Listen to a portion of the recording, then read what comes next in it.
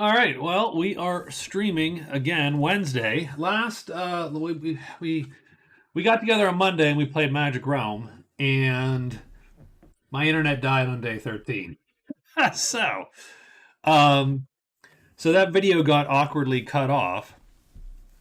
I mean, at the very least, I vaguely noticed, and even now, it's a little slow and clunky here, isn't it? I'm getting about a fifth of the speed that I usually get, which I'm not exactly sure why that is. What is going on here? um, so I will say I'm a little concerned.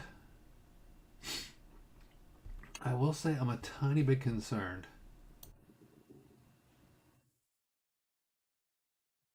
But okay, we're gonna go with it until someone tells me that it is crap, and then I'm going to and then there you go. Then I'm gonna weep, and we're gonna go from there. Um, let's see. What do we got here speed wise?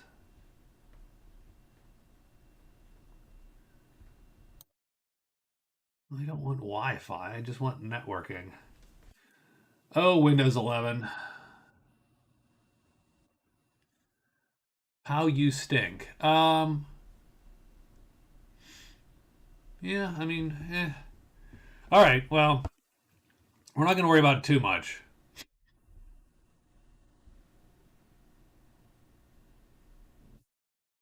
Where are we at here? I'm just taking a quick look.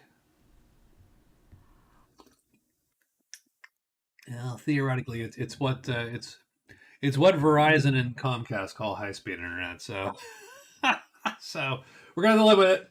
So, welcome. This is day 13. Turn my fan on just for the little bit of noise in the background for me. Cuts the house noise a tiny bit. Hopefully you don't hear it. My noise cancellation is hopefully making sure of that. So, what we have here is we have 4 characters. You can see the Saracen, um, the Enchantress, the Bard, and the White Witch. These are all custom characters made by various fans of Magic Realm. We got Grant Walker, Roberto Ulfig, Roberto again with the Bard, and then Casey C. Ben with the White Witch. All of them are a little odd. They are very different than the base characters for sure. And you can see the score here shows the Saracen ahead by a ton. Primarily because of a very lucky and timely missing persons, giving him 2 points for cards. And you can see that he is winning gold and that he is winning prowess fairly handily. That's his 9 points. Everybody else is scrounging around for points. But let's just see how the next. So it's day 14 because I did not get through day 14 before everything crashed out Monday. So let's take a quick look.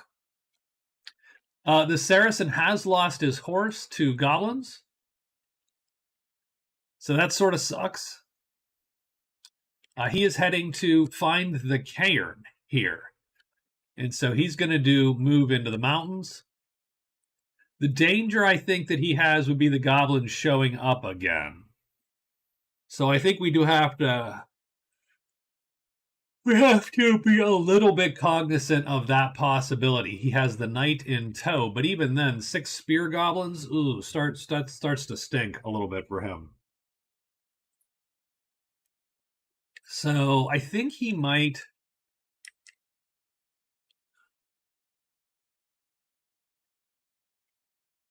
Having said that, it's going to take him 2 days to get through if he hides because he's lost the horse. So I think he might just try to get to here. So we're hoping for 1 day of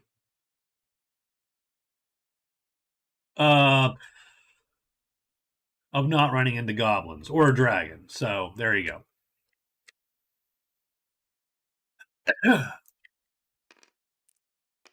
So he's got that going. The Enchantress is going to try to explore the borderland to get her points. The Bard has just hired the soldiers, so he's got the soldiers in tow, and he is going to try to do a rescue here. And the White Witch is trying to get back to the chapel. And I think that's where we're at. So it's day. Oh, right, it's day 14, literally. So we didn't get day 14 done. So we got to roll.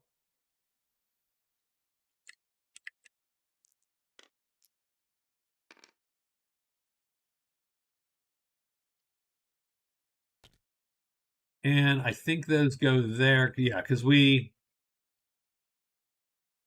so we had a little bit of a mess. Like I said, the end of the game last Monday, last session was a little rough. And so keep that in mind. So there's purple magic in every clearing. We just rewrote our moves. And we got 5 and 3. So we are going to get goblins to show, which sort of sucks. This spider's going to come back. The cairn's going to pop. The goblins are going to pop. The patrol is going to leave. That does mean the Saracen's going to be fighting for his life again here, I think. So let's see what happens. It's the White Witch. The White Witch cast yesterday. She cast the Veil, the Wisp Walker. So she gets 1, 2, 3, 4, and she arrives back just like that. She's going to turn in big games, so that's a point for her. And she gets to roll to see what piece of gear she's going to get. 3, she gets a shield. There you go. She gets a shield. Let's pull up a shield here. Shield. Done. And she can carry it now because of all her gear.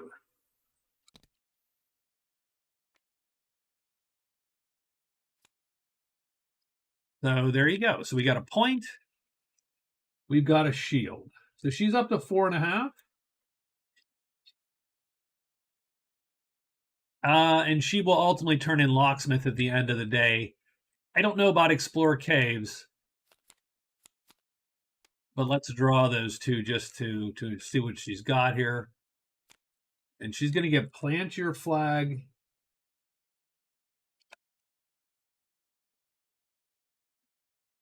And Archaeological Dig Site here. Dig Site is in the ruins. It's ruins 5. Where's the ruins? The ruins is up here. So she's got ruins 5. And she's got to plant her flag.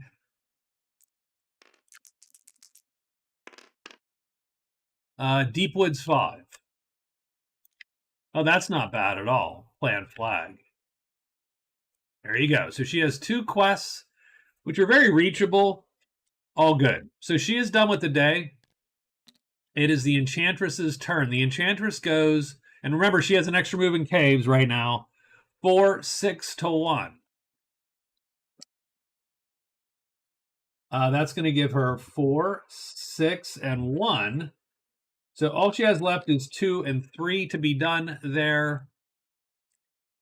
That is good, but she draws no monsters because it's spiders and goblins. The patrol will act. Oops. Geez. Okay.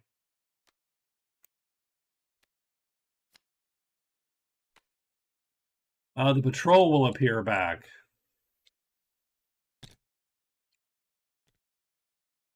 So anyway, she goes there. Nothing appears. The Saracen goes 1, 2, just like that. He didn't hide. She got rid of this quest, so that deletes.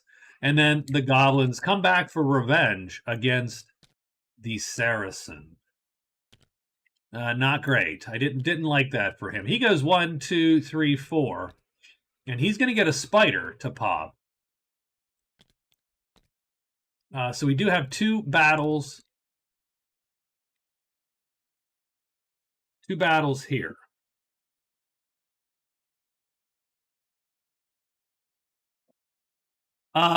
Oof.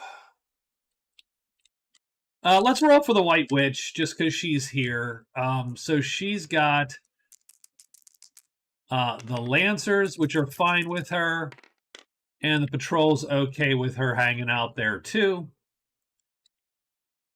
We're going to do the easy fight first. The Bard has a Spider. I think that this is an obvious fight for him. Let's take a quick look. Now he is unhidden. So he is going to just go that route, but he does have, he can play that M4, and it doesn't really matter what he plays now. So he's going to play just like that.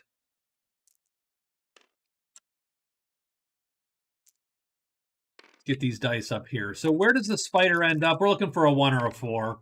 We get a 3, so he drops to there. Does he flip? No. We're going to miss. He's going to miss. Our weapon flips. There you go. Oof.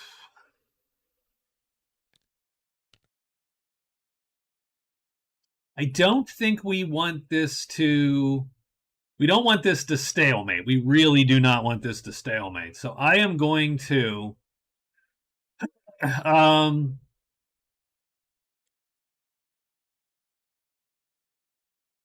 want this to stalemate. Sure, I'll play like this and hope the thing flips. How's that? So we'll do that. So 3, so he drops to there again, and we're hoping for the big 6, and it does hit. So now we go first and we undercut and kill the Spider. Oh, and by the way, these soldiers were following me, so I should keep that in mind. So we have 14 prowess. Now I didn't even need, I could have just had everybody gut that. I sort of forgot that we do now have an entourage. So let's make sure we understand what we've got going here, because the soldiers are coming with us now.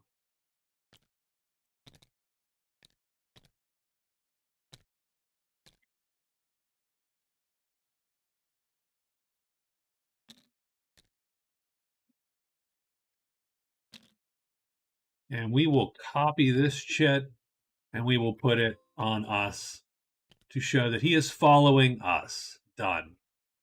All right, now it's the Saracen. Ugh. So rough haul for our guy.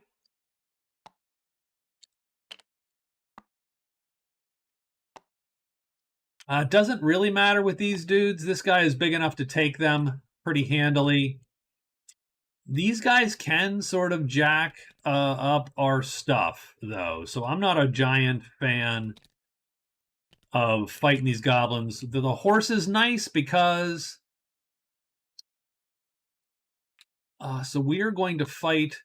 We're going to start with a scimitar. We're going to hit that guy first. So we're going for quick kills, even though it's fatiguing. 6. So everything shifts up 1, and he drops to the bottom. Okay. Flip 1. No. Flip 2. Yes. Ooh, that's bad. That's everybody. Flip 3. No. So we're going to undercut and kill that goblin. Done. We have to fatigue 1 asterisk, which we will. And we are done.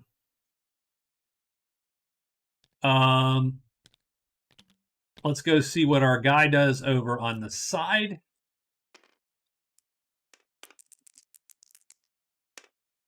Two. So he's going to go there. And this guy does not... yeah, so he's stuck with these dudes.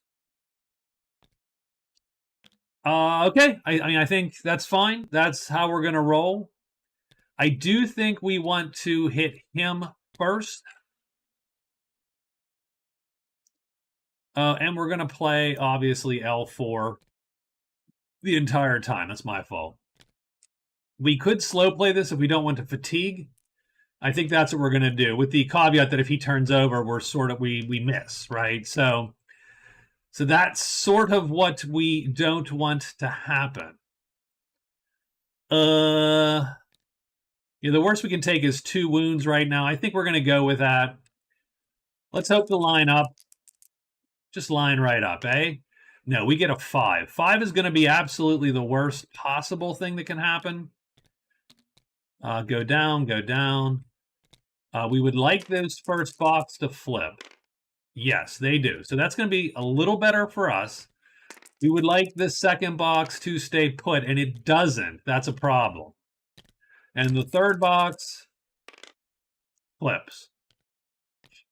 So these two guys will hit. Now, they hit at the same time. So we're going to miss. So that's first thing. We miss. Done, because we do not undercut anyone. These guys line up and hit us. Since they hit at the same time, their damage goes at the same time. It's reduced by 1 star. So that's an L damage. That damages the helm, and we take no damage because it's only light damage. Light damage through armor does not damage us. So we take nothing at the moment, but our helmet is damaged, which sucks. Let's go to our guy here. I'm going to swap these around momentarily. Let's go to our dude. And we're going to hope he lines up so we can take some of the heat off us. That'd be great. And he does line up. So he's going to kill the second guy. I'll put him down there. So he's going to drag him off of us. And we're going to have just 1, 1, and 1, which is a little bit nicer because we can only take 1 wound at a time, pretty much. What do we want?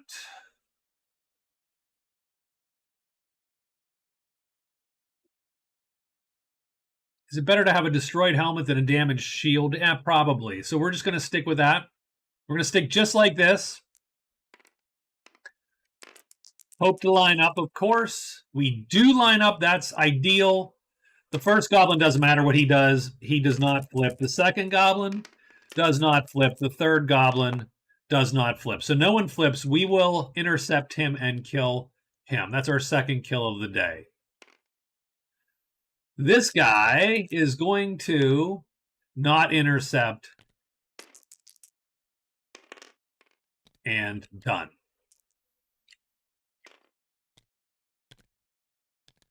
We're going to line up like that.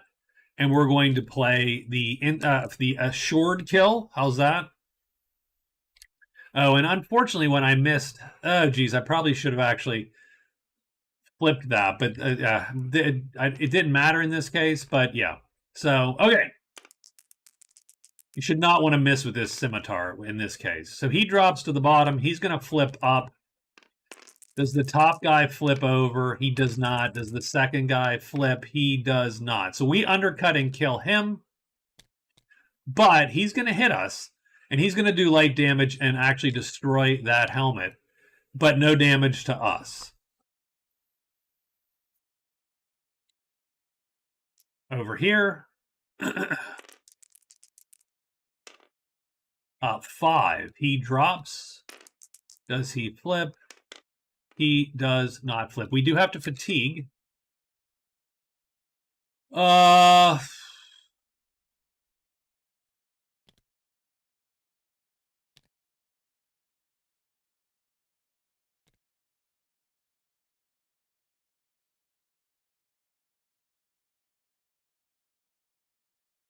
Yeah, he would have fatigued. So I forgot to fatigue last run. So he's actually out of extra chits to fatigue now, which sort of sucks. But this is our last, hopefully, hit on this guy. So we're going to go for it and make sure we take this guy out before he damages more of our armor. He lines up. We're going to kill him. We're going to have to fatigue, which means we have to fatigue this L2 and drag this L3 back.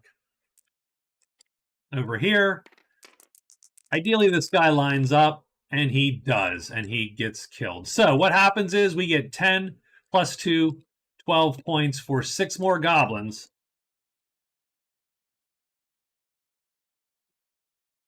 And that's going to bring us to 56 prowess. So that's pretty good for the Saracen. That's pretty impressive. He is just motoring along. But we did take, I would argue, a ton of damage there, really. And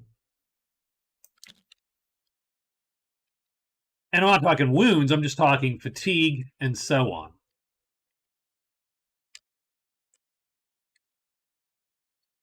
But that's it. That's our week.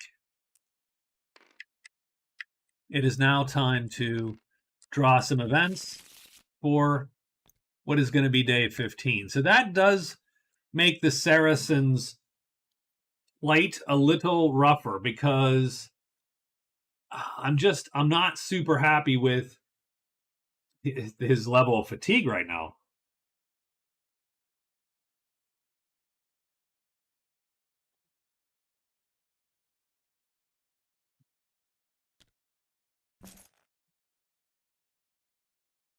Um, so what I'm going to do is I'm going to actually hide and rest. Done. The Enchantress. So by the way, her torch chit is wounded because that's what happens to that magic chit. And I think she's going to move to 3, and that's going to get her. She's going to be 1 away. Now the question is there any purple? There is, but I don't think it matters here. So I think she's fine. She's going to do that. Move. Try to get that done. I mean,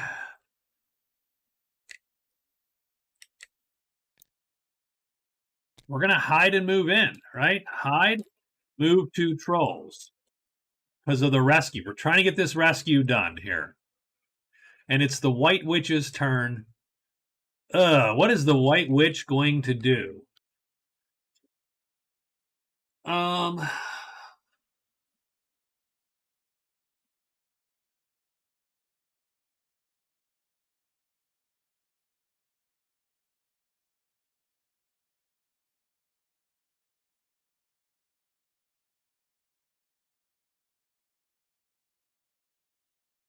She's definitely going to sell the Garb of Speed, and she's definitely going to sell the Gloves of Strength. That's not terrible, but she doesn't necessarily need that, and she can carry heavy stuff and wield it if she needs to. That's $24. What does that bring her to? She has $4 left. So that brings her to 28. $28. Where is the guardhouse compared to her? So it's just here. So she could theoretically make it to there if she wanted to sell the Imperial Tabard. And what she's looking to do is, so keep in mind that I'm part of this game is bonus points is a thing. So if you score 60 prowess, 70 gold, that includes your initial 10, so you don't keep track of that. 3 great treasures or 3 learned spells. You will get a bonus point in that category, regardless of where you place. So I'm just trying this rule out as an incentive to keep characters moving forward, even if it's obvious. Like the Saracen right now is winning prowess by a great bit, and so typically in this game, I would actually have him avoid fights now because they don't do any good for him. And you can't score any more than 2. But now, 1 more battle, and he's looking at hitting the cap there. Then there's no point to anymore, which sort of sucks. I need to consider what those bonus levels are, of course. But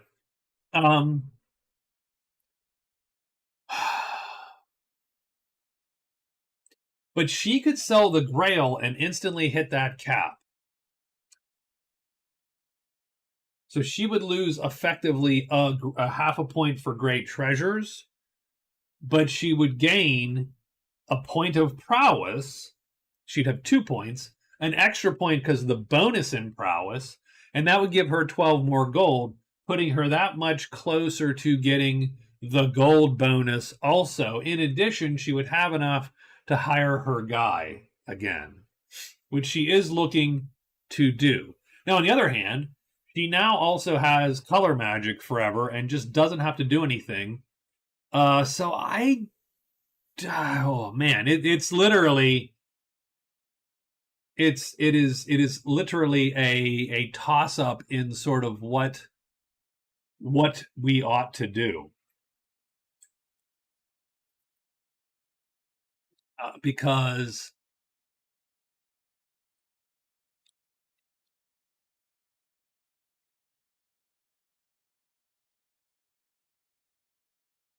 it does make her life a little easier to not have to and she could obviously do it at the very end as long as she can get back here in 2 weeks.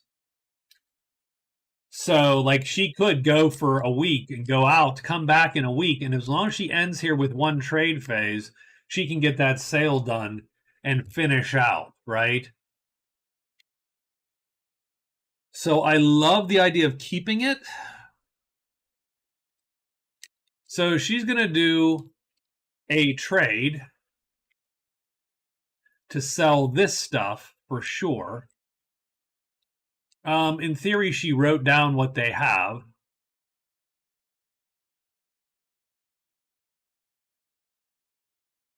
So she could certainly read and try to get a spell or two.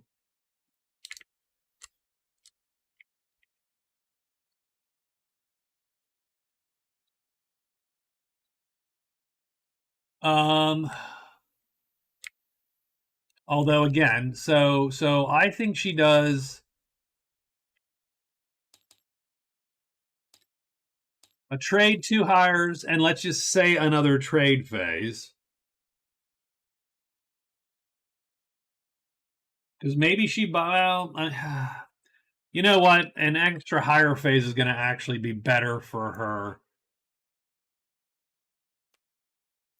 Like she does need her knight to the end of the game. If she can get him in one day, then that's good stuff.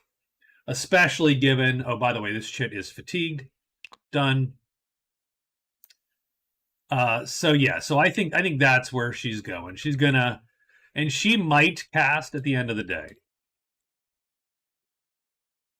So that's going to be her day 15. I think we've got it. She might just want to get that to rest those chits, maybe. All right, let's roll our monster roll here. Oh, we didn't get events. Sorry. Let's draw events because that might be important. We get a goblin horde, a monastery, and a plague o' wolves.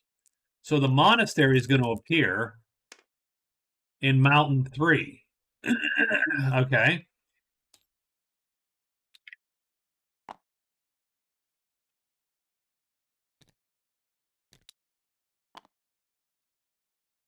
The Goblin Horde, random clearing. Ledges 1. And effectively it's axe goblins and a sword goblin. 1, 2, 3, 4, 5, and 6. And it's ledges 1.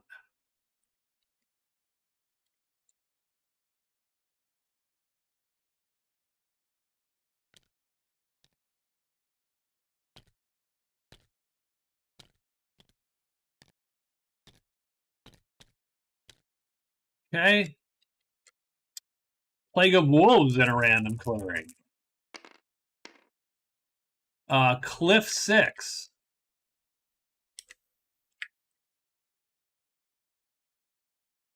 Oh, Cliff 6 and Wolves. 1, 2, 3, 4, 5, 6. Done.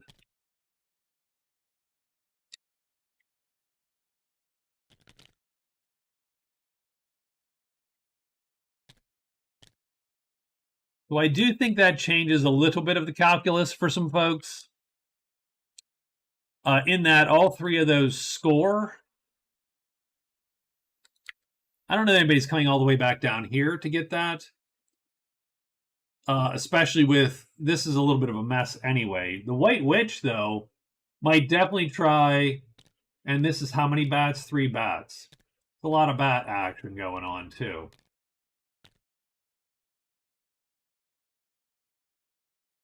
But having said that, so she has 3 points in very close proximity to her.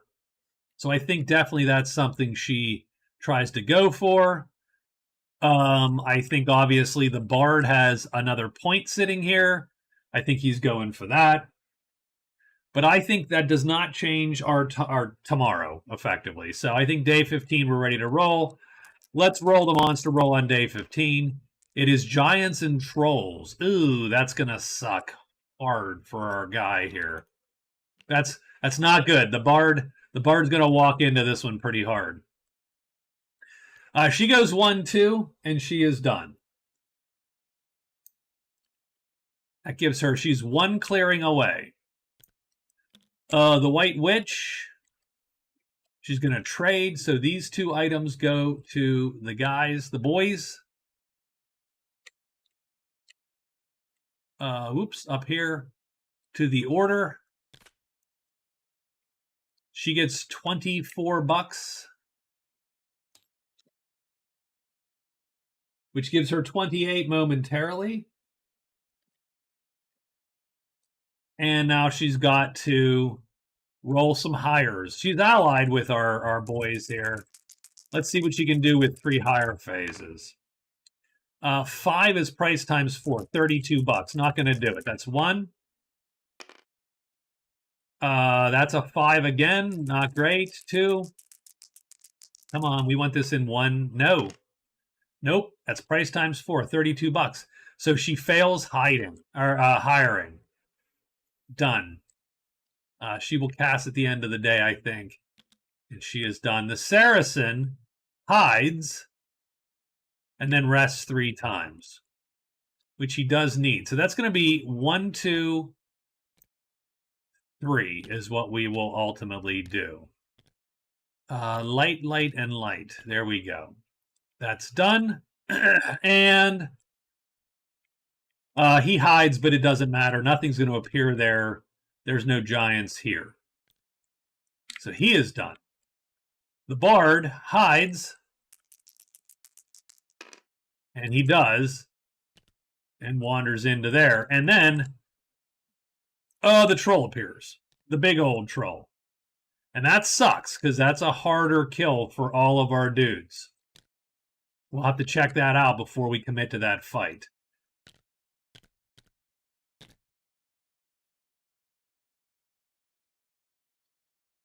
But I do think that's the end of the day. The White Witch, she's going to roll here a little bit, and she gets nobody hating on her, which is good. I think everybody else is safe. It's largely just, can the Bard and the soldiers take these 3 guys out?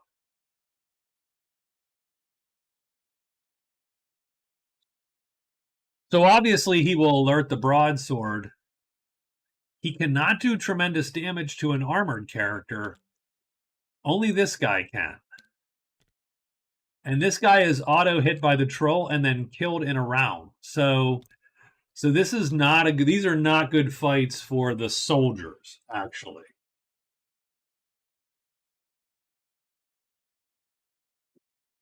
Indeed, the only thing, so you can line up like this. You can line up like this. But to do that, you're going to have to you are going to have to deploy as opposed to lure. And so both these guys can flip, and that can make things really, really, really bad for our team. Largely, this guy has to line up. That's a 1/3 chance and not flip. So that's 70%, a third of 70, right? So 70% of a third, 33%. It's about a 20% chance or thereabouts that he would kill that guy.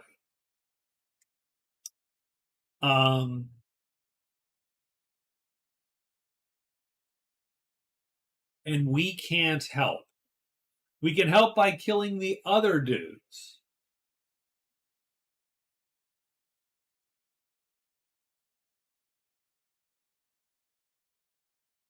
but we cannot help this guy.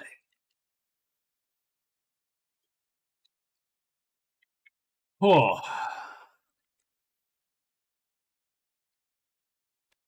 Now, we don't have to kill those guys to do the rescue. We could search and do the rescue, but that's not great either. That's not a great, that's not a great look either.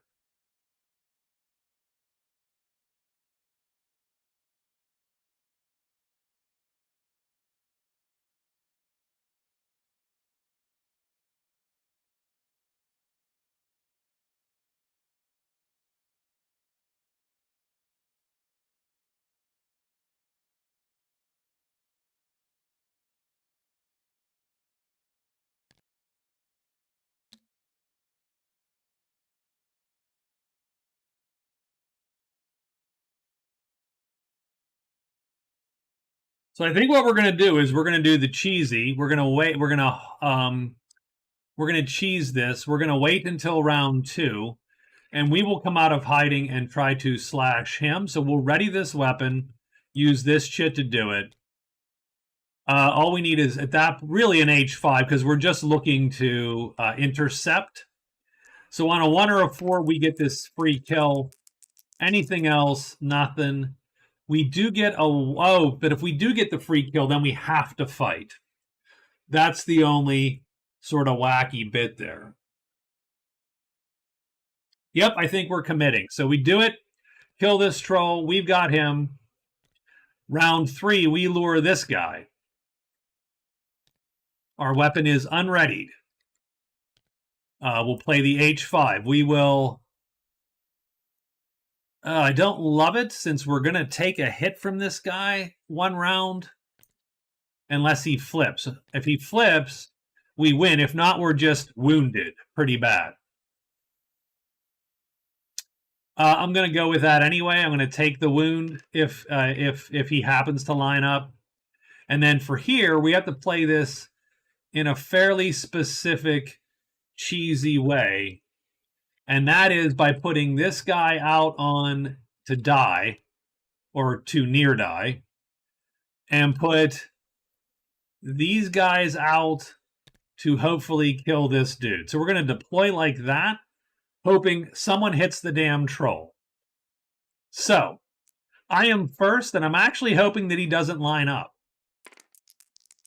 Or if he does line up, that he flips. He does not line up. Does he flip, actually? That's... He does not. So our weapon flips over, and now we can actually play a little bit nicer, better chips, right? So now we're looking for the troll here to get lined up by somebody. He goes down to the bottom, and that's fine. Let's see where our guys go. 2 and 4. He stays up here. He goes down here. That's not ideal. So now we're looking for flipping. He flips, which doesn't matter this round. He flips, which strangely doesn't matter. He does not flip. That's good. That did matter. So we miss. So he's done. He's going to hit. The troll misses also. We're looking to roll on the missile table, and we need a 2 or a 1 to get this done. And we do not get it. We get -1 level. He does medium damage. Done. So once again, we're going to play like that. We're going to come over here. We're going to play just like this. That guarantees a kill. 2, well, it doesn't guarantee a kill quite yet. It guarantees that we will not... he could have flipped, but he didn't. So we are done there, and we have to fatigue. So we will fatigue an M4. Over here, we're hoping for a little luck over here, frankly. We get a 3, so he does slide down nicely. But our guy then swaps down to the bottom here, of course. And then we're going to roll to see who's going to go where. And no one flips. And the crossbowman hits again. And we're looking for lower numbers than that, but we miss. Well, we hit him, but it doesn't do enough damage. Done and done. Back to the top of the round here. Not going to line up. He does flip now. I don't think that actually helps us much. We just have to fatigue again. We're going to keep that one in play. We're going to drag this one out of play. We're really looking for this troll to, I guess, oops, we're going to put him up there, of course. So everyone's going to stay. The troll stays put. We do get a 6, so he drops down to the bottom. We get a 2. So what he goes down to here. Now we're looking for people to flip or not flip. And he does flip, and he's going to get killed by the troll. Damn it. Okay, we're going to throw him into the grinder.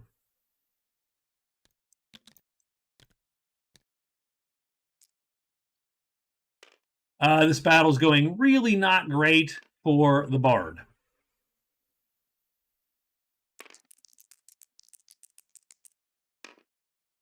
Doesn't line up because we can't get him to line up.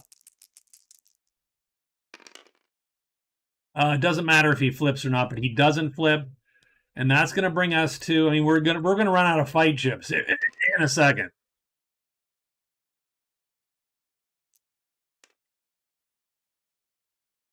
And really, what we should have been doing is playing him on, and my other guy. So we played this wrong. So we do get a 1. No one is going to actually line up, though, except the crossbowman does, which is nice, because it means at least he gets a shot. So we're going to roll the various flipping, which no one does. The crossbowman takes his shot. He needs a 2 or a 1. He does not get a 2 or a 1. So yeah, we really should have played the extra spearman to lure the second troll. Then this guy could have attacked with impunity, and he would have actually had a reasonable chance. A 1/3 chance and no fatiguing, largely is what it would mean.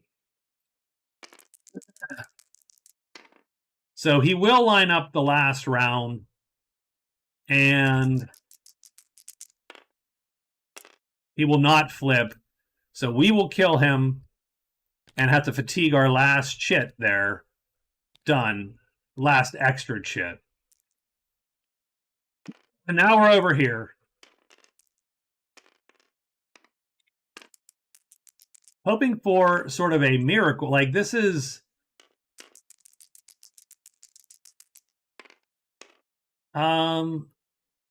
And so that's not going to work. Like he's going to go here. He's going to line up. Are we flipping anyone? Yep, so he flipped. So this is literally the worst of all worlds. This guy's going to get killed. The crossbowman does take a shot after the fact. And he's not going to kill the guy. So now you've got to play like this. Where does the troll go? He stays put. I'm really looking for that red die to come up, and I did. So there you go. So he doesn't flip. He doesn't flip. So this guy is actually going to kill the troll finally after 2 deaths, a host of fatigue. So we lost 2 soldiers. That is a total of 6 prowess lost.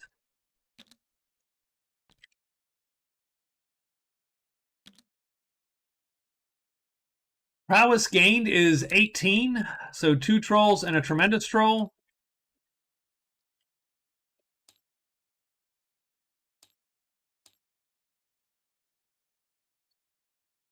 So that's 18 prowess. And he's going to get 32 total now. That's going to actually change some scores. He also scores rescue.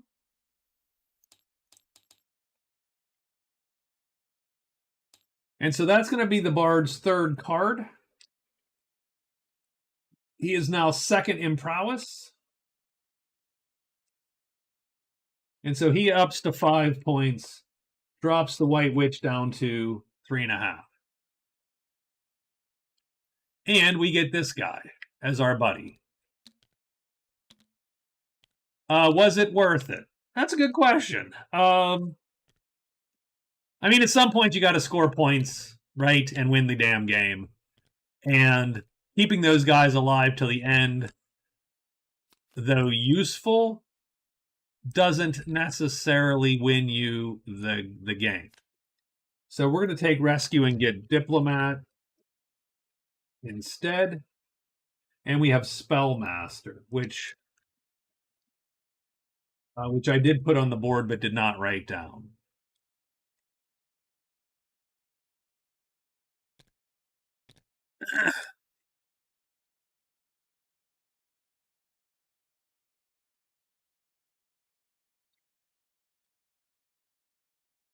Do we have anything else that needs to get done here today?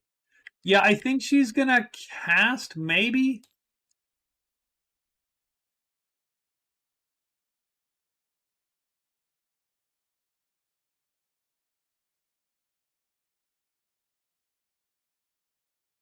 No, I don't think it's worth it. I think she just sits on it for now. Done. And I don't think anybody else is fighting. I think we are otherwise in good shape. So let's get day 16 written. The Saracen feels a little bit better about his chances at the moment. I think the Saracen is going to hide and move into the cairn.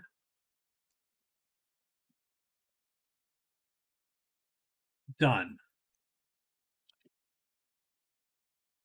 The Enchantress, well, she needs to move to 2. That's absolutely the case. And that will score her Explore Borderland. So that's going to be 2 extra points for her right there. What is she trying to do at that point? Locate the shrine, which is not... where the hell's the shrine? So the shrine's in 4. So she sort of left the shrine. So she moves to 2. Then she moves probably back to 3. So she's going to move 2. She's going to move 3. She is going to... I mean, she is probably going to...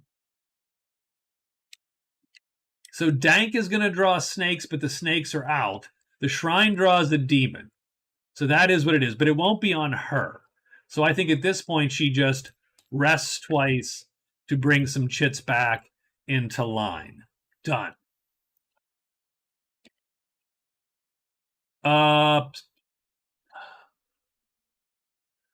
Then I will decide if she wants to cast at the end of the day or not. The Bard. Oof. Okay, Bard. I think we're heading to the back. I think we're leaving. I think we're heading to the monastery. So at the end of the day, they're going to run out of the clearing. That gives him 4 phases as opposed to 2. And I don't think we're worried about the spider, though maybe we should be at this fatigued state. No, because the spiders... So we're going to move, rest. Move into the mountain. Rest. Done. The White Witch needs to hire.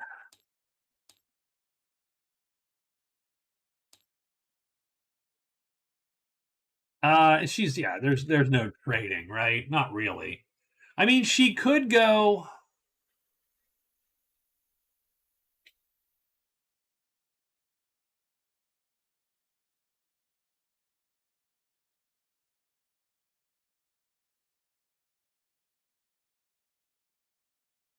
Now we got to get it done. Let's get it done. She's got to get this done. And so that is it. That is done. So that is day 16. Let's roll monsters for day 16. Tremendous Troll is dangerous, man. No doubt about it. Always dangerous. All right. So first is the Bard. The Bard's going to move, and rest.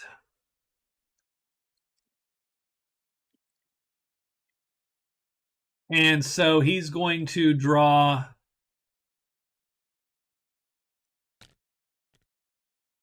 those two chits. Like that. Done and done. So he gets his rests in, and he is complete.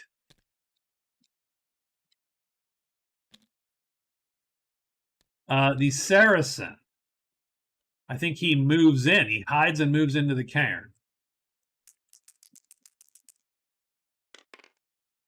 And he does. Nothing appears in the cairn. It would have appeared he got more goblins if he stayed in the high pass. Jeez. Okay, done. The witch is hiring. She's got her help wanted sign up.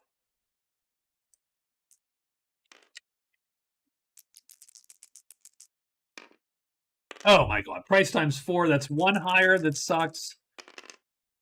Price times 3. So she could get him for 24. Which she could, and that's not the worst.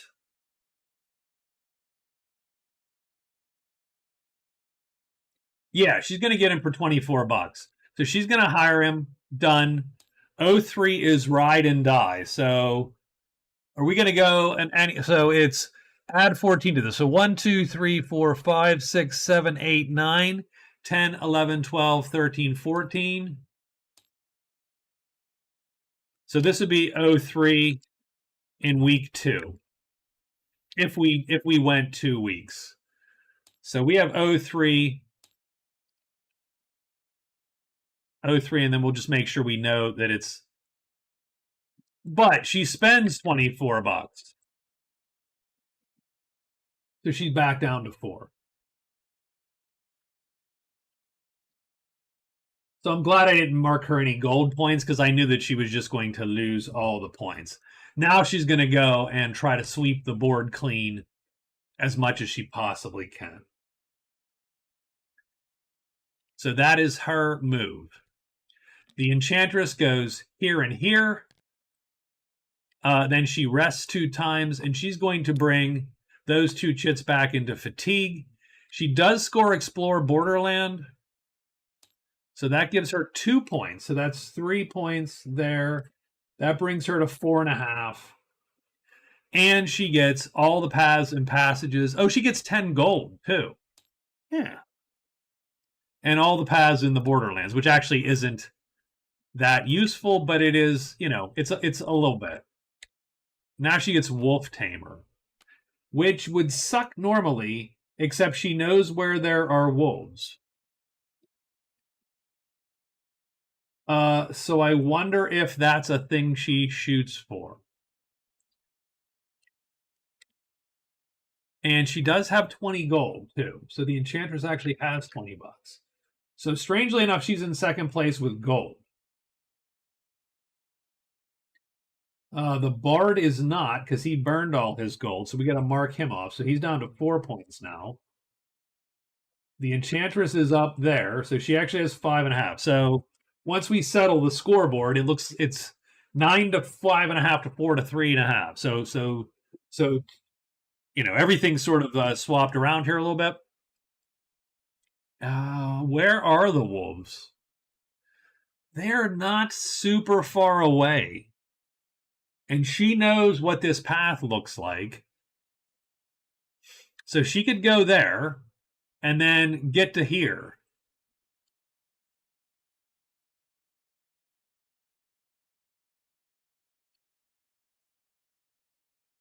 So yeah, 1, 2, and then so it would take 2 days. So it's going to take her 3 days to get there, but she would be able to get there.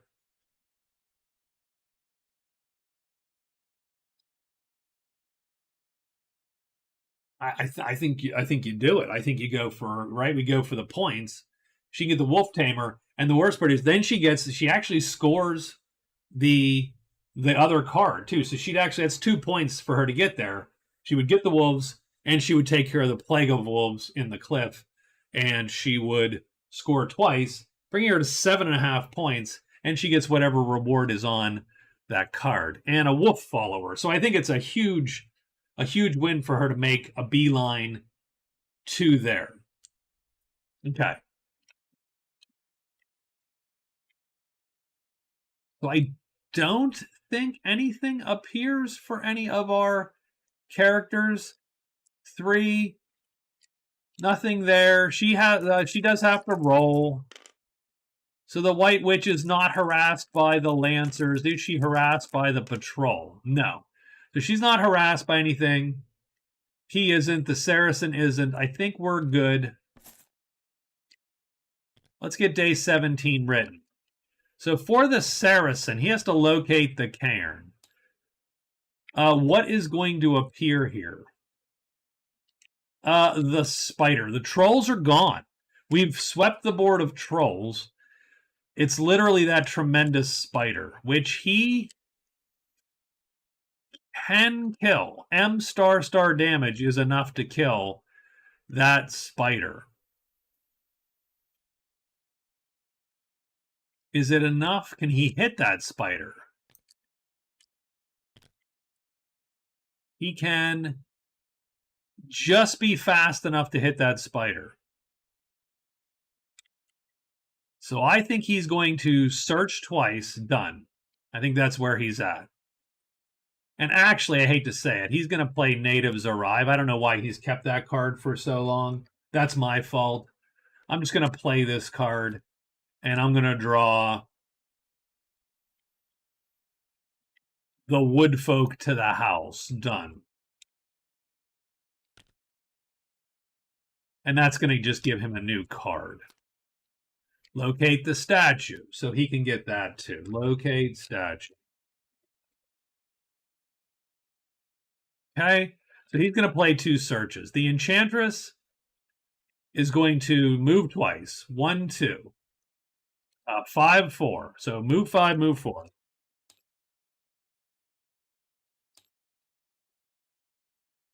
She absolutely will cast at the end of the day. She should have cast the end of yesterday, of course, but I forgot. That's all right. Done.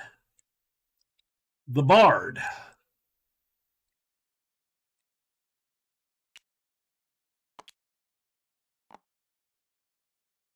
I think he's going to move to the monastery. And I think he scores it because I think it's first person that gets there. Yes, and you have all fatigue chits rested and all wounded chits moved to fatigue. So that's good to know. He still has 3 rests. So yeah, so he'll get everything back. Perfect. He's gonna get that done. That's also a dwelling for purposes of say turning in Spellmaster, which I don't know that is worth him trying to get. Where did it end up? It ended up in the crag. Yeah, he's gonna ditch that. Done. So all good for him. Finally, the witch, he's got to get moving here. The witch got to get moving.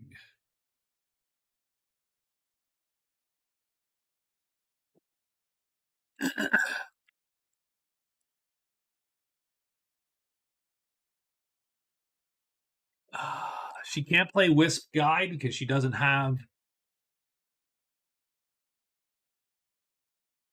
I mean, she could because again, she could try to race her to the witchmacall. That's great for the order to fight, not so great for her to fight.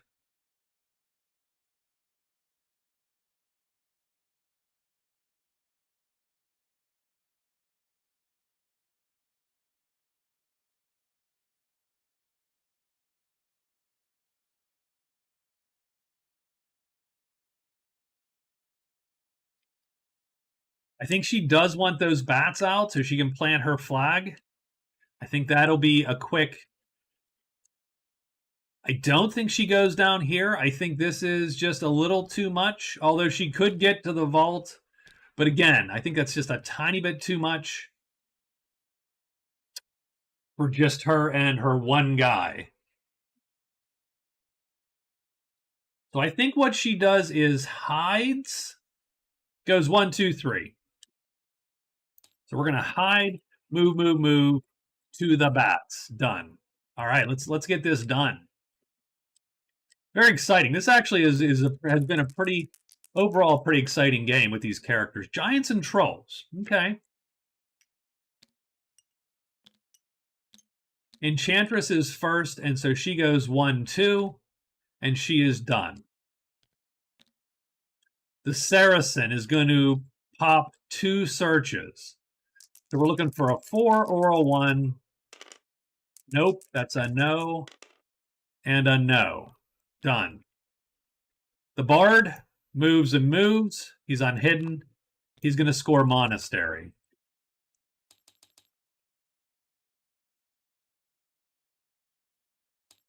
So that's his 4th card. 5th point overall. All his chits are returned.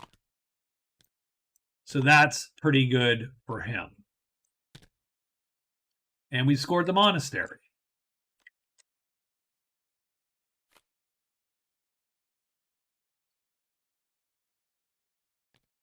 And the White Witch goes 1, 2, 3. Is she hidden? Strangely enough, I'm not sure it matters that she's hidden. She's not hidden, actually. She fails to hide. Does anything else appear? No, because we're out of giants and trolls, as I said. So she is blocked by the bats, and she is indeed fighting the bats right now, actually. So let's bring these guys to her. The nice thing is she can play this and run. So she runs out of the clearing.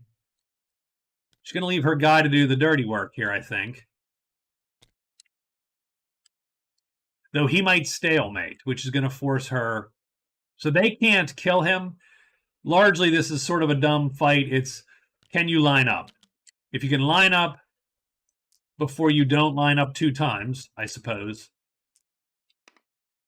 So 1/3 chance to line up. 1 or a 4 does it. No. So that's 1 round. 1 or a 4 will do it. 1. So we do kill 1. There you go. Next round, a 1 or a 4 does it. On this bat, no. Oops, the red die will count. No, we do not line up. So we stalemate with these 2 bats remaining. And the knight is there. He is not with us anymore. But they do not leave your employ.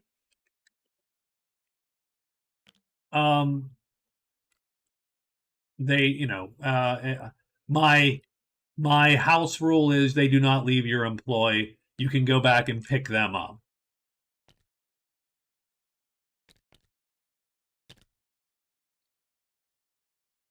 She does get credit for 1 of the bats.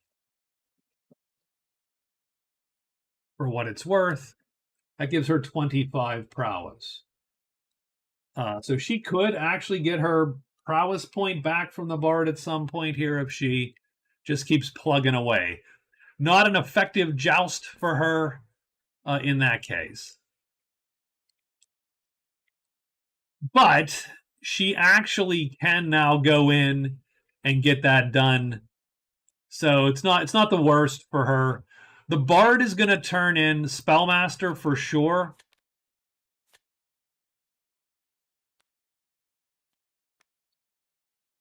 And he gets Consult Demon, which is not bad for him.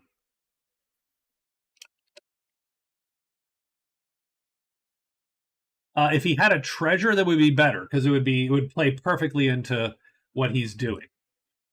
The Saracen has to search twice again. The Enchantress, she is going to cast tonight. She's going to cast Torchbearer. Yeah, that gives her a third phase. Sure.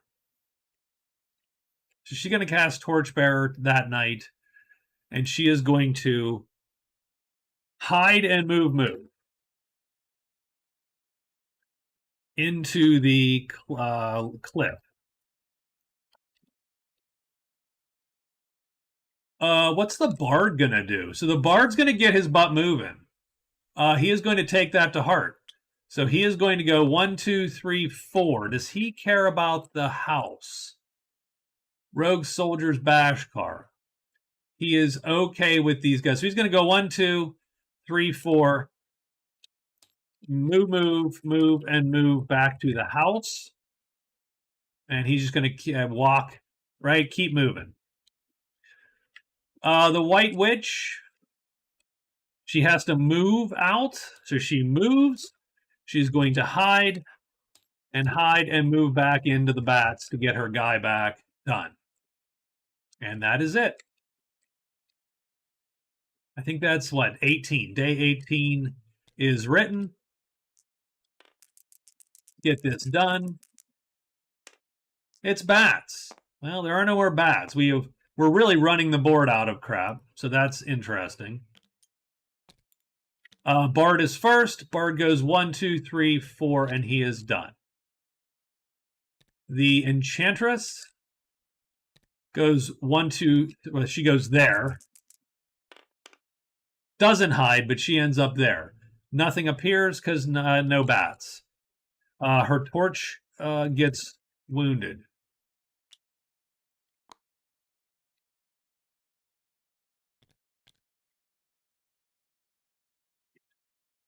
Our Saracen is going to search 2 times. Fail.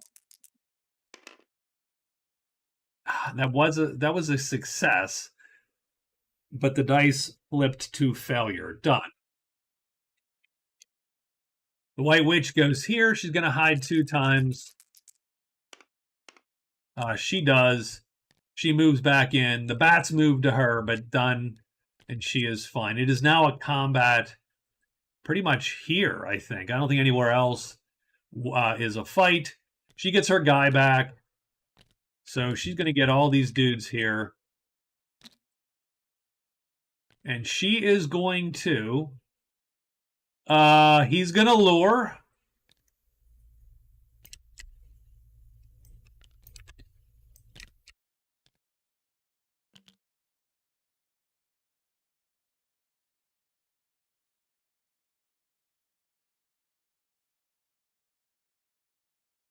And she's going to remain hidden, let him lure round 1.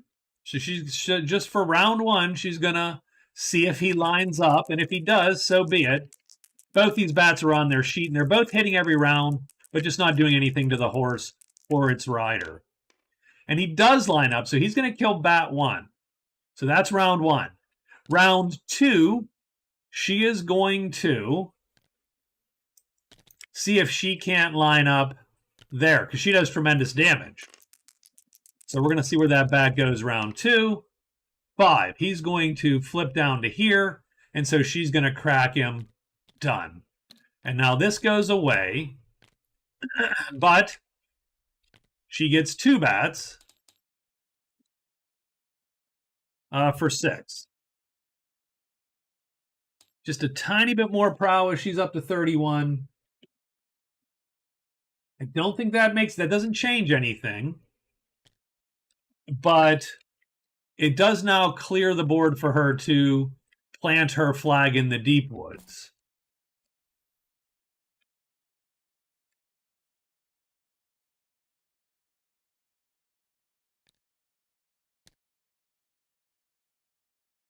The Bard has to roll against the Woodfolk. He does not anger the Woodfolk. The Saracen is looking to search twice more.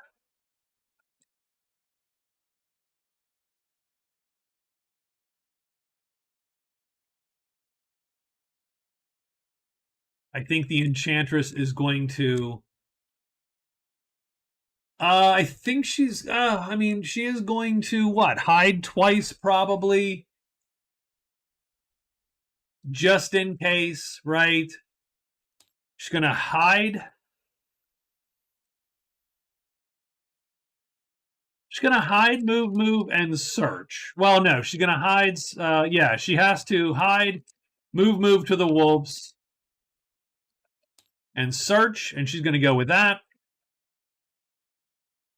Is there a chance for a dragon to appear? No. Spiders, pretty much. The bard is going to make a beeline. 1, 2, 3. But I don't think he has this path. Yeah, so he's going to go 1, 2, 3. And that is a dangerous, like, that is not ideal for him. That's a crappy, that is a little bit of a shit show potentially up there. So I think he goes 1, 2, 3. But I will hide.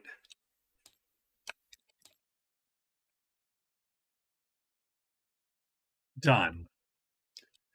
Although he doesn't matter, it doesn't matter if he meets goblins. So if goblins pop, he would love that because he would just diplo them and be done. All right, we're hoping to make a big score here. The White Witch is going to move to the Deep Woods. So move to the one over. I forget what clearing that is. That is 5. Move to 5. Move 5. She's going to quest.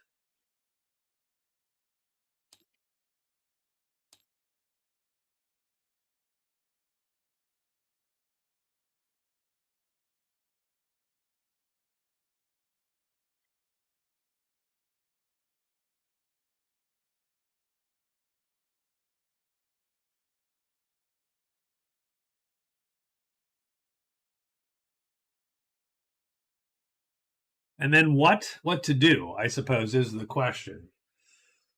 So once she plants her flag, she is theoretically on the hook for exploring caves, but man, I think that is quickly leaving her mind there. I don't know that she's going to explore those caves.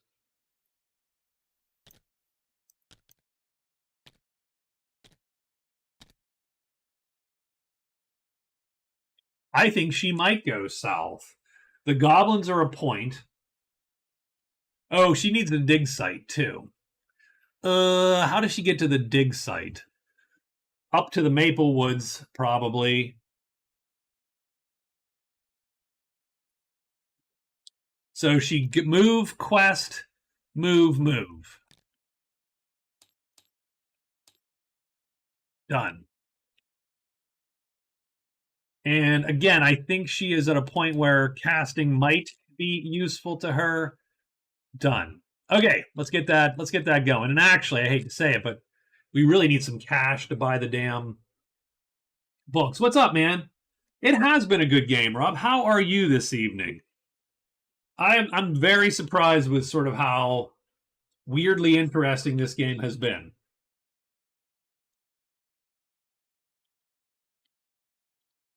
I am doing very well. I hope you are doing well.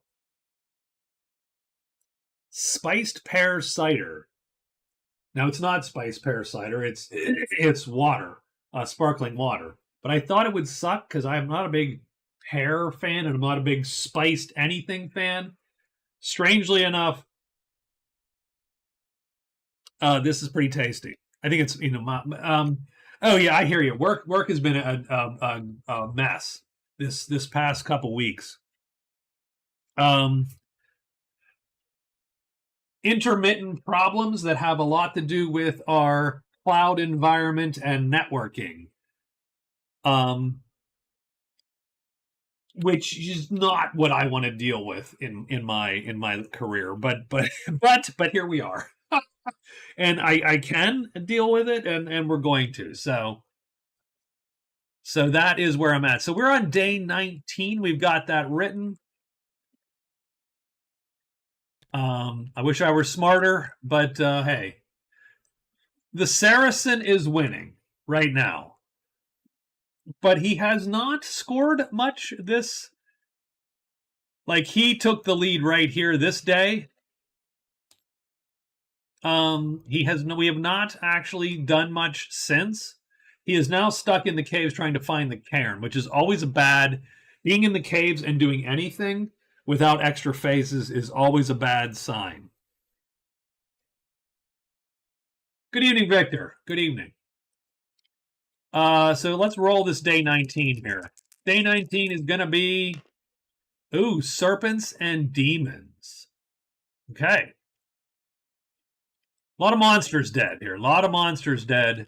So the Saracen is going to go first. He's looking to search twice. We need a 4.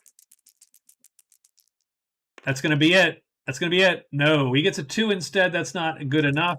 This is a 4. This is going to be it. No. So he searches twice. He's done. I hate the caves. She goes here. She's going to pop her quest. And so she's going to score Plant Flag. That gives her another point. That's her third card. She's up to 4.5 points. And she will now... so I will discard this card, but I will make a copy of it first. What's up, Lewis? How are you, sir? We'll make a copy of the card so that we can try to remind ourselves that every week she gets widgets, potentially. So she gets that scored. It's a point nonetheless. And we get Lucky Day instead, which is a reroll. And for some reason, yeah, that dig card, I have some cards just don't play nice. I don't know why. But that is her turn. I don't think anything... Oh, and then she moves to here. And I don't think anything else appears because we're mostly running out of monsters. So the White Witch is done. It's the Enchantress's turn. So the Enchantress is going to hide once. She fails. Moves to the wolves, which will then block her. So she cannot do her search, which largely was just to find this passage. And so the wolves are going to block her. Done. And now the bard goes 1, 2, 3. And I think he's hiding, and he hides. So let's get... He fails to hide. Only the demon appears. That's okay for him. He actually wants the demon to show up, strangely enough. Do we have a fight? We do, but it's the Enchantress with the wolves.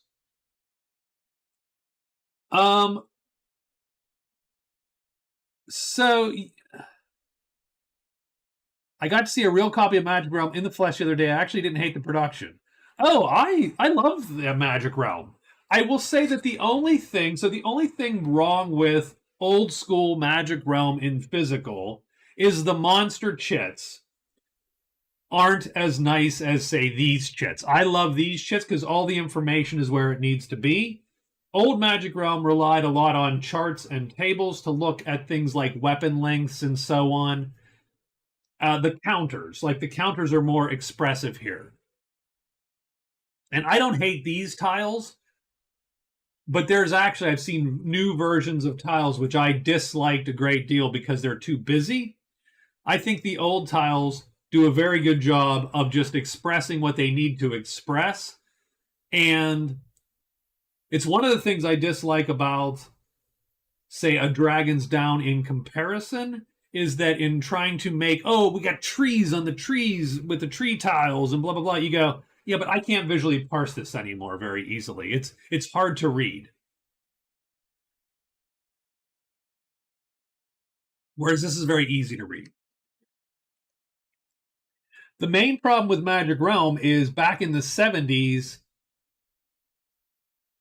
they had to eat they eked everything into that box that they possibly could to keep the price down to the price, whatever the price point was, because otherwise, there was just no public producing that game, pretty much. So anyway, now that I've pontificated, so what she is going to do, she's not going to fight these wolves because she does not have to.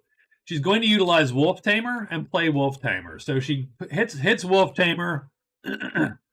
One of these wolves becomes her lifelong buddy, and we'll give her the fourth wolf. So that guy becomes her bud. She then disperses the rest, and that's going to score her Plague and Wolf Tamer. So she's going to get both of these.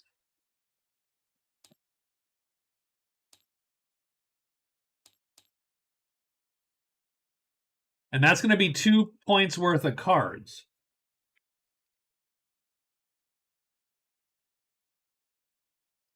That's going to be 2 points for the Enchantress, so that gives her 5 card points, and that puts her to 7.5. And she does also get. Who kills the most wolves gets a treasure. Roll a d6. I'm going to say since she dispersed the most wolves, even though it would be a little wonky for her to get pelts since she didn't kill anything. Let's see what she ends up with. She ends up with 3d6 gold of pelts. So 2 dice is 6 gold plus 1, 7 gold. So she only gets 7 gold out of the pelts, but that does kick her up to 27 gold.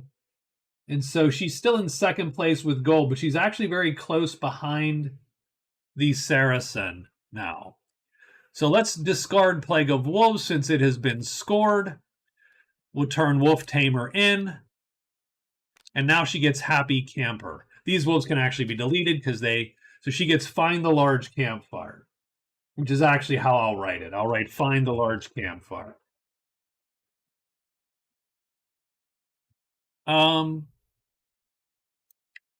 So definitely a good turn for her.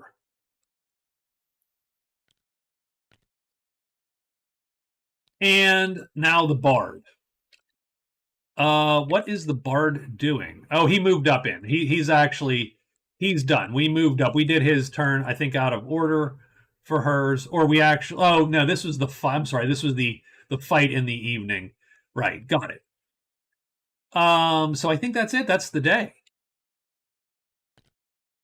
That was the pontificating on the beauty of Magic Realm. It truly was. I think the rule book was 32 pages, Rob, the first edition rule book. And I will say this, it was non-trivial to determine how to play the game given that first rule book. It was a decade's worth of learning Magic Realm.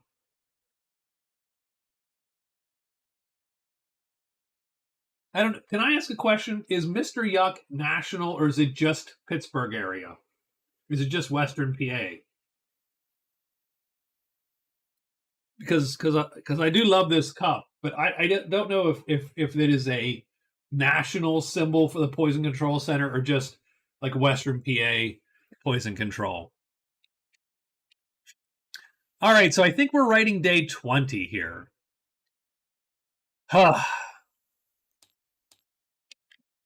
Search and search. The Enchantress needs to figure out what to do. Yeah, not in California. So the Enchantress has locate the shrine. So where the hell is the shrine? The shrine's back in the borderland. So I think she's going to run back to the borderland and take care of that business. So 1, 2, but she won't be able to move in.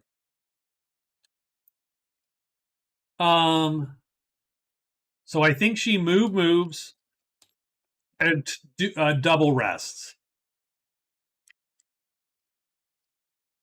And she is done. The Saracen is done writing his. The Bard effectively needs to, he is going to hide, and he is going to search 3 times trying to find And really the only thing we're worried about is everything else that can appear. But I don't know if anything else can appear. So smoke would only draw the other dragon, which is already out. These dragons are smoke M, not smoke C. So nothing there.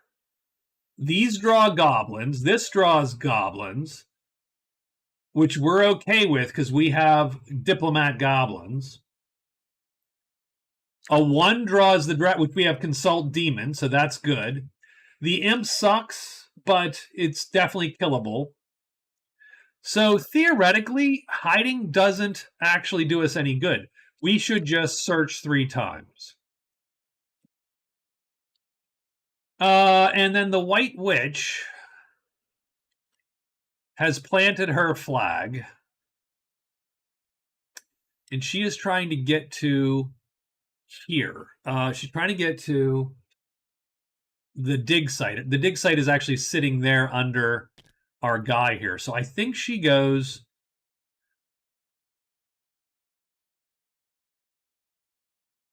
I think she walks up,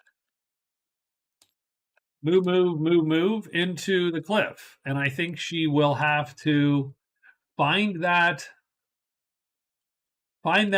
spot there and go that route. Yeah, this tile, and yet, if you look at the appearance chart, it's bare. It's a lot of colors. You see a lot of colors on the appearance chart.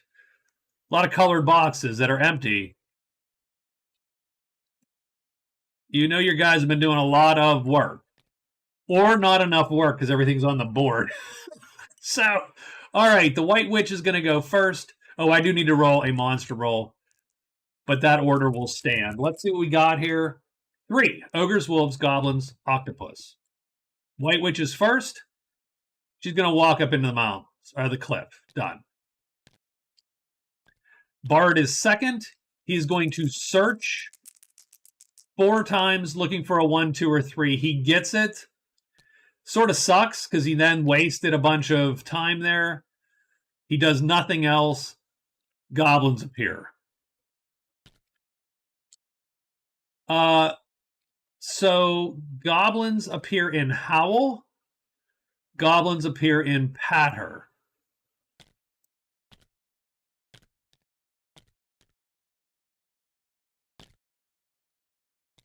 The Enchantress. She goes 1, 2, but can't do anything else. She's going to, I think, rest and rest. He did find the path, so I need to mark it down. That is true. Ruin found. Good catch there. So he does have that path. Now, she is done. The Saracen is trying to roll a 1 or a 4.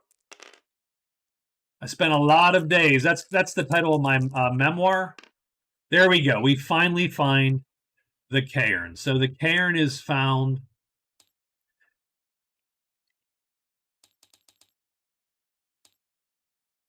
That's going to be a point. So he's actually going to score another point, which would put him over, put him at the 10 mark. So there you go. He's actually got his 10th point.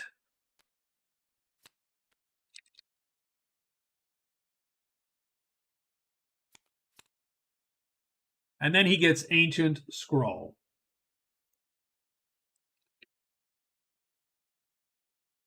Which is going to allow him to place a visitor. I don't know if he likes any visitors. He likes the shaman, so he'll take the shaman and put him in the closest dwelling. And it's any dwelling, so we're going to put him...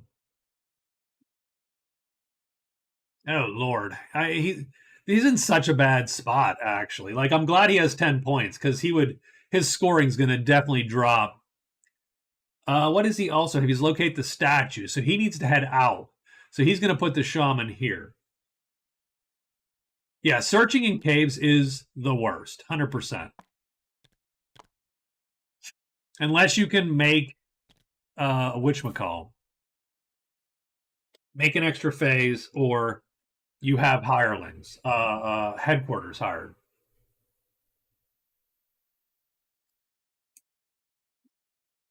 The bard is going to play his diplomat card.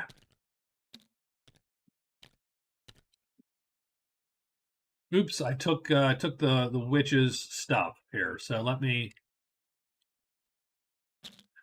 So he's going to get that guy as a buddy. These guys will pile back up and march back to the to the appearance chart. The archaeological dig site is still there for the White Witch. So the bard will get Diplo.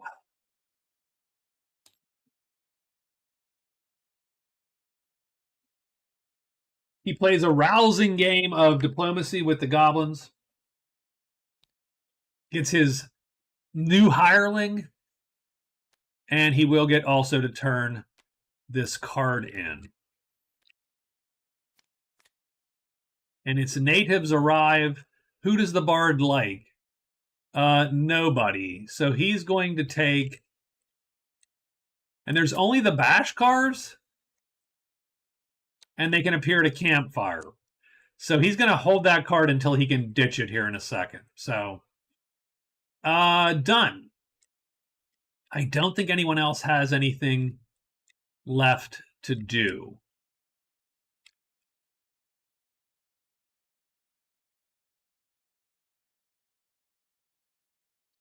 There is PvP in Magic Realm.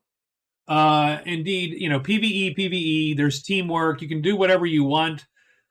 I don't do PvP because I find it hard to be fair, if that makes any sense, right? Hard to be, you know, because PvP has to do with where do I place my chits versus your chits, and what chits do I play versus your speeds, right? And so on and so forth.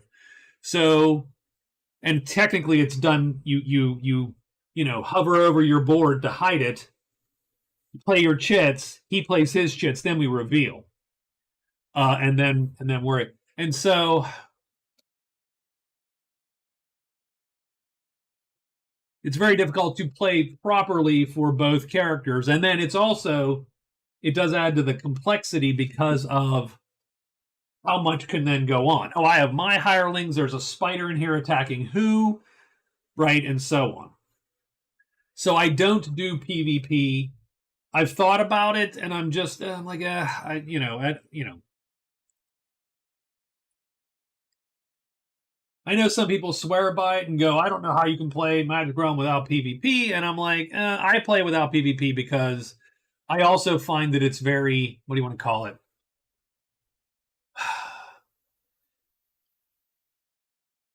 And this is something I always wanted to sort of talk about randomly, is I think it also is very much how much do you want to play Kingmaker slash be the jerk kind of, right? Oh yeah, we'll team up. Oh, but then I attack you kind of thing, right? And so on. So, you know, it is what it is.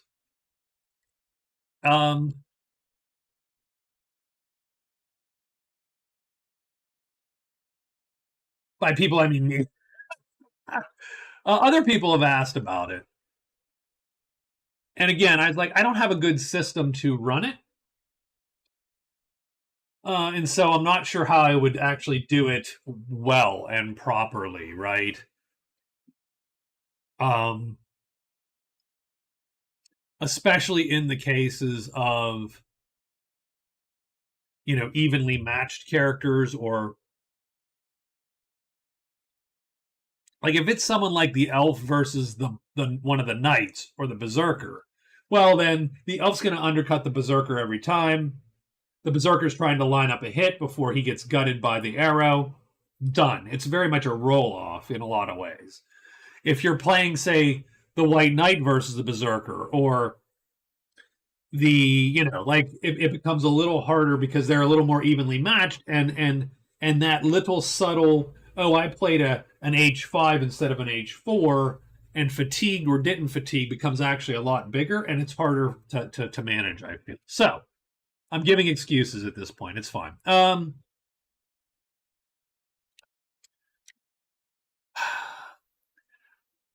So now the Saracen has a decision to make. Do you get out of dodge or do you not get out of dodge? If you stay, you may meet up with trolls. You could probably loot the cairn a couple times. But you might also end up with trolls or the spider. You have a good chance of the spider. Now, the spider, I think he can kill. The spider he can kill. I don't really know what's going on anyway when it comes to the game. I'm sorry to hear that. I'm not very educational either, obviously. To be quite honest with you.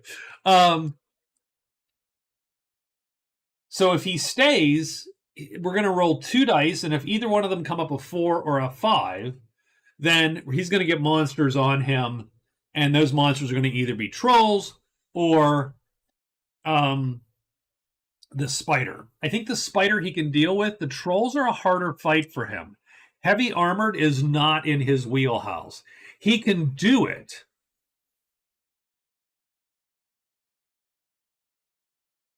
I actually don't have win conditions. I was just going to go to I was going to go a month and then see where I ended up. So if I end tonight and I'm through a month, I think I'll just end this game.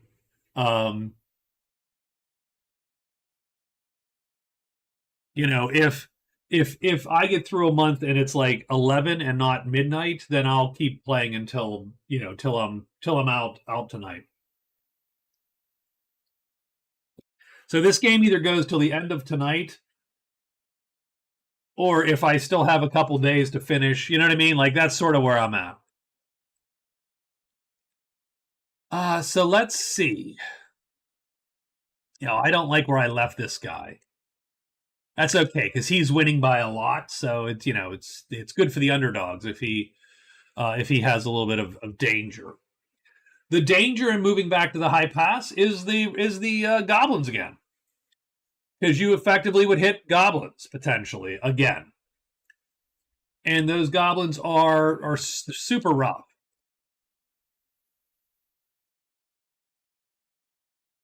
On the other hand, we do have a nudge chit, so we could be hidden if we want to be hidden.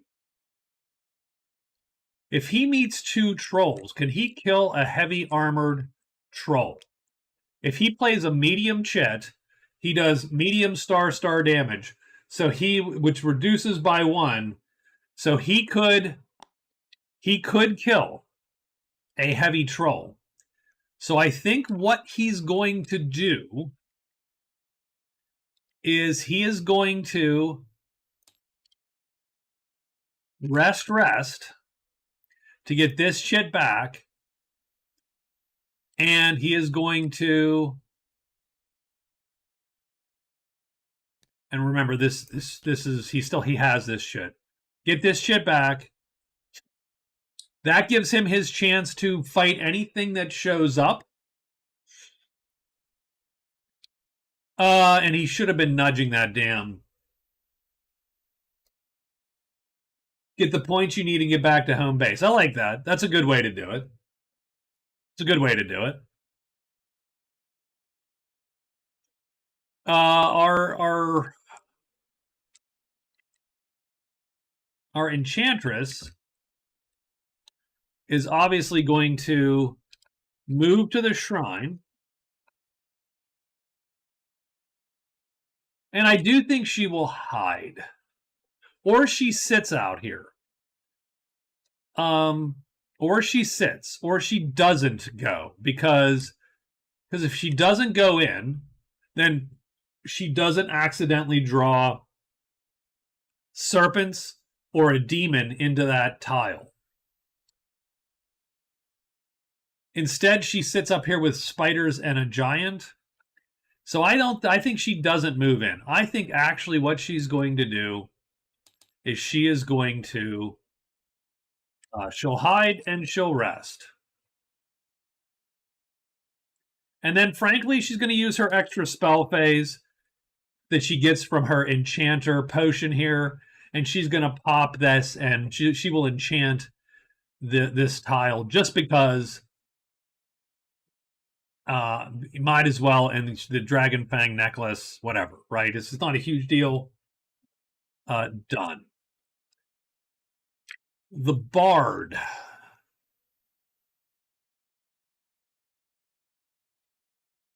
So I definitely think he is going to hide 2 times, move into the altar, and he will search.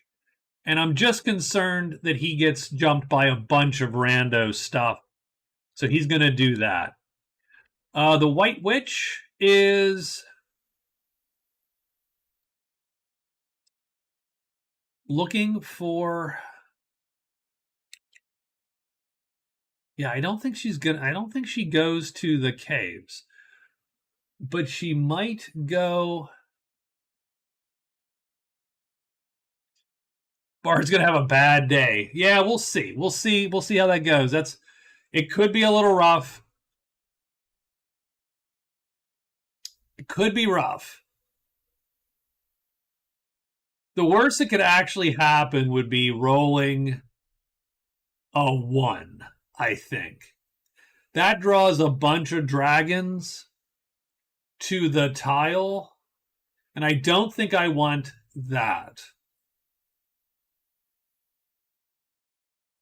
The second, yeah, I don't think I want that. The other thing he could do, of course, is hide it out. Right? You can always just leave. So his Diplo Goblins is done, too. I got natives, which sucks. And I could do that. So I could actually cheese out and go here. Now, this sucks a little bit because if it's a campfire, it's going to be here, and this is unreachable really for until you go through the entire cavern. And he would want that to swap out that natives card. But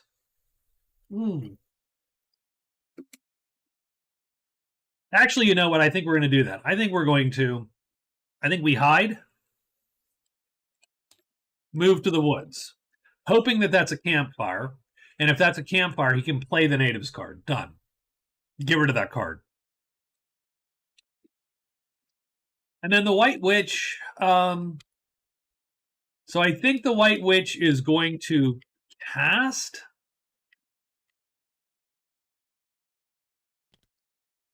The only problem with casting the wishes is I don't want you or elsewhere. I don't want to push her guy out. Although, again, I cheese it so the guy would leave and we would just go and walk to the next hex over and we'd be fine. So at the end of the day today, though, I think we do cast a bit because I want these chits back. So we're going to cast 1 wish. So we'll fatigue that chip. This is the end of the 20. No, that's good. That's good. And we get peace. So unfortunately, combat then ends. So we are actually done. She could lucky day that, which she will. She's looking for a 5. She gets a 3. She gets a vision. Ugh, okay. Well, she'll look at the altar. So what's in the altar? You can't see it up there, so I'm not going to put it up there. We're going to...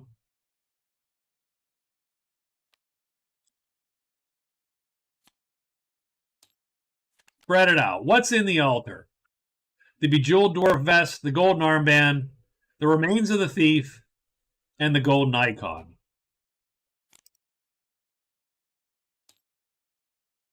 Not bad for her. The remains of the thief, strangely enough, she's immune to curses. So I think she might want to head up there and try to get that done.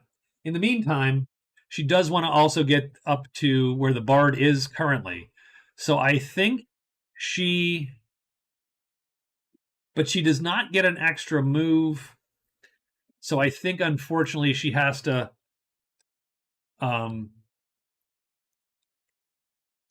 move, rest, and then she is done. And so it's day 21. There's purple magic in every clearing. We rolled 2 dice for monsters. These monsters will be coming back to the appearance chart. It looks like we get all the bats and all the giants and all the trolls back. That is going to be a little bit of a problem for our Saracen, I think. I don't think that's what he wanted to happen, but I think he's okay. I think he can handle it. I just think it's a little bit of a crappier deal for him. So we get 1 bat, 2 bats, 3 bats. There's a bat somewhere. Where the hell's the other bat? I think it's here.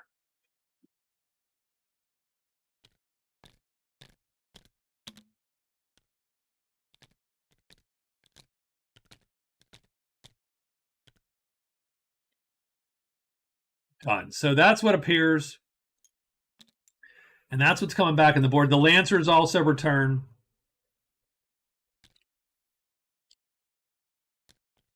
And we're ready. So the Bard is first. He goes here and he hides a bunch, I think, right? He does. Yeah. So what is this? Does this pay off? He gets the large campfire.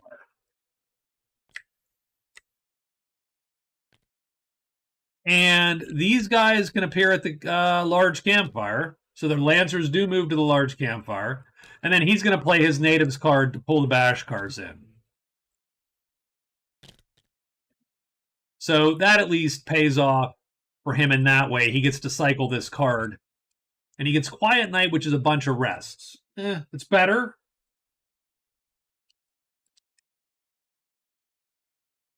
That is better. And he is done. The Enchantress also doesn't go in. So she's going to hide twice. She is going to burn these 2. She's going to then enchant this towel. Remember, she is a source of gray magic, so she doesn't even have to burn anything to do that. And she has the Dragon Fang necklace. Not that dragons are going to appear here, but if one did, it'd be great. Now, she does hide, and she is hidden. She hid twice. She rested twice. She pulled back and used one of these drinks here to give her. And she's going to get a giant. Right? Yeah, Stink. Stink draws a giant.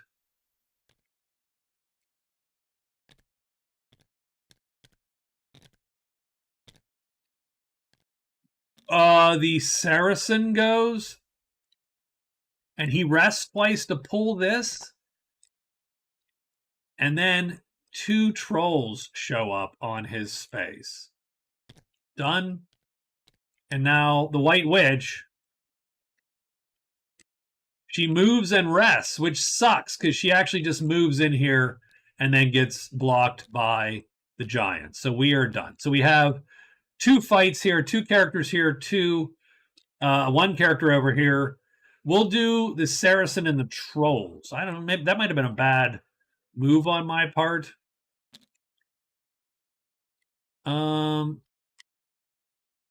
So we do have 2 trolls here and here. We do not have to play anything other than this, but we will play like that. So that should kill a troll around, and we're just hoping to not get lined up on, pretty much.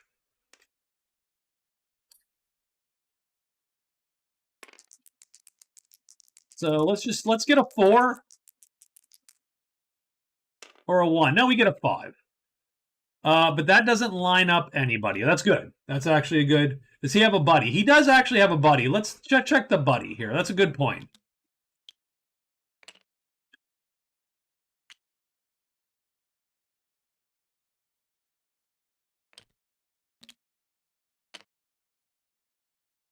I think you're right. I think we take this buddy like this and we play it like this. Because this guy can hit him on this side and it won't do any damage. And on this side, he's going to beat him with his weapon length. So that's how we're going to play. Over here, We're going to do M star star damage, which reduces to M star. That's heavy damage.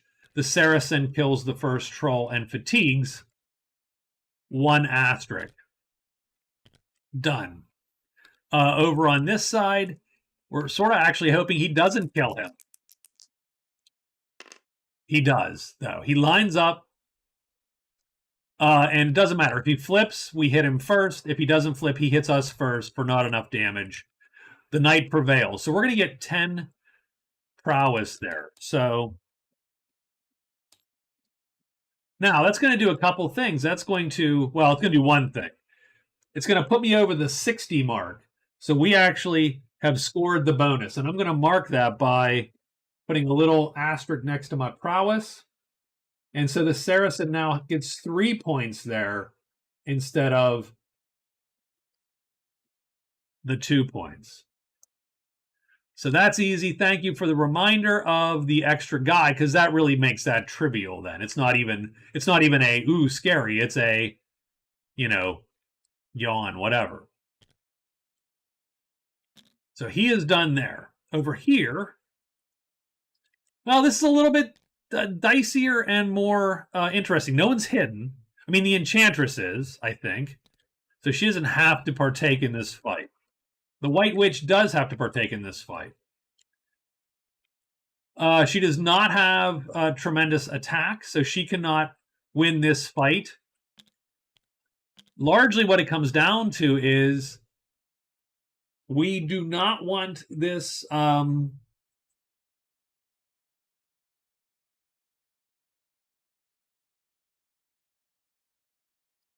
we can't have this dude line up on our guy. Now, is she going to help the White Witch? I don't know. Good question, because the Enchantress could help the White Witch. Very easily, actually. I do think the White Witch just has to play it pretty straight. So she's going to play, obviously, the Knight, just like this.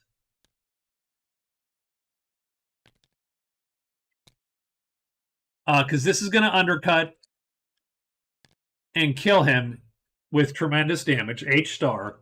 As long as this does not flip and line up, then she's fine. So it's actually not a big chance.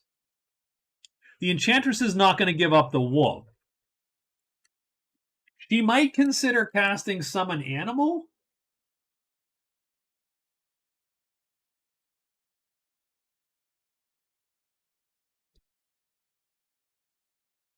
Which is effectively, but Summon Animal, these animals can only a 1 or a 2 brings us anything that can kill the giant. So I don't know that that's super helpful for her. She would like to kill the giant, but she'd have to roll a basilisk or a bear. And I think she just sits on it and lets the witch go for it. And the witch has to just survive 1 round of reasonable luck, pretty much. So a 1/3 chance to, it's a 10% chance that this guy's horse dies, pretty much, is what we have here. 2. Well, it's not going to do, so this is not going to line up. Does this club flip? It does not. So what happens is he undercuts and kills the giant. Giant is dead. And as Rob asked, have giants killed anything ever in the history of the game? The answer is yes. Typically, it's that guy's horse. She's up to 39 points, so she's actually not... She's trying to close in on that, too. And I think she's beating the Bard in prowess now. So the White Witch actually is going to take a point there. And so she's going to knock the Bard down to 5, whereas she edges ahead with 5.5.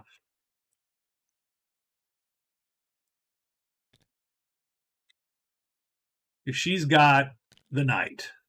The Knight good.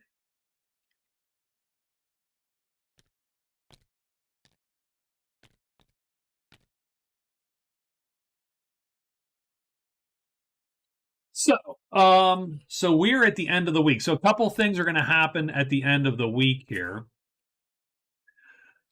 The witch now gets to decide what boon from plant her flag she's going to take.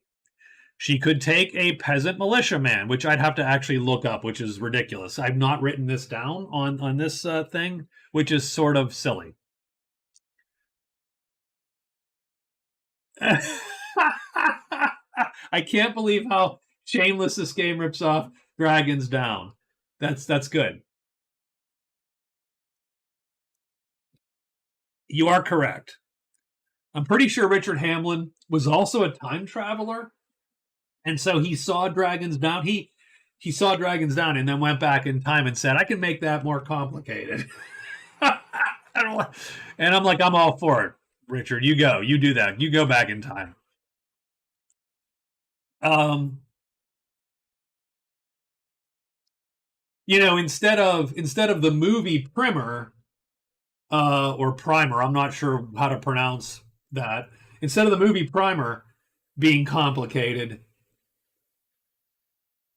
Richard Hamlin went back and made the game complicated. Done. So that worked out.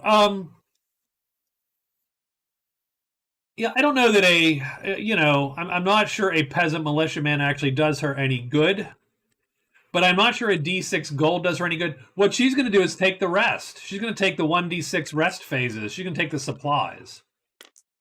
If she rolls, she gets a supply. She gets 5 rest phases.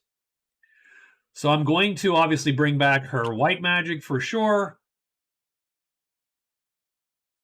Bring back that. So 1, 2. Well, I mean, heck, it's all of it. 3, 4, and 5. So that was actually a very good. That was a good whatchamacall for her. Good roll for her. Done. I don't think anyone else has anything that needs to get done here. I am going to take a brief break, hit the restroom. Uh, no, no drinking tonight. I've run myself out of whiskey and decided not to buy any in the house for the time being. So, uh, I mean, playing Magic Realm sober, not a great look for sure. But I'm going to take a break. I'll be back in 4 minutes, and that's it. I will talk to you in a moment. Please stay put.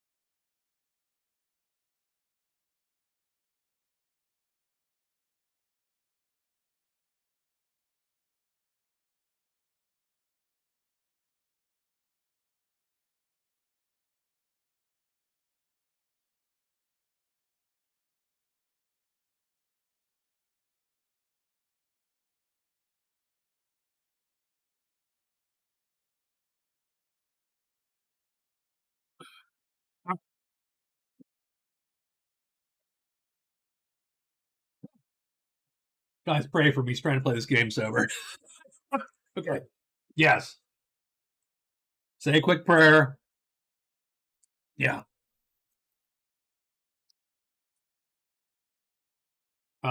Yes, I'm drinking spiced pear cider seltzer water. I have no idea what I'm doing. Like, sometimes we just have to ask ourselves, how did we get to this point in our lives? um, and yeah, that's where I'm at right now.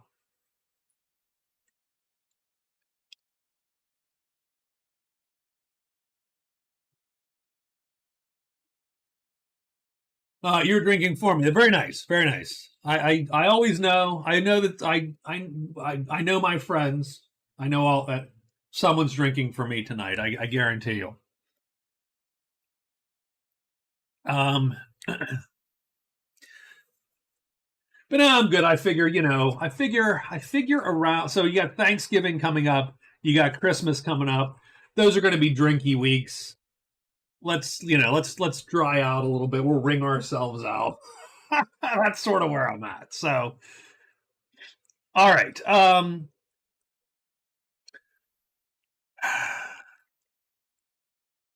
So that is our week. That is our week. Get him off the Beyonce juice.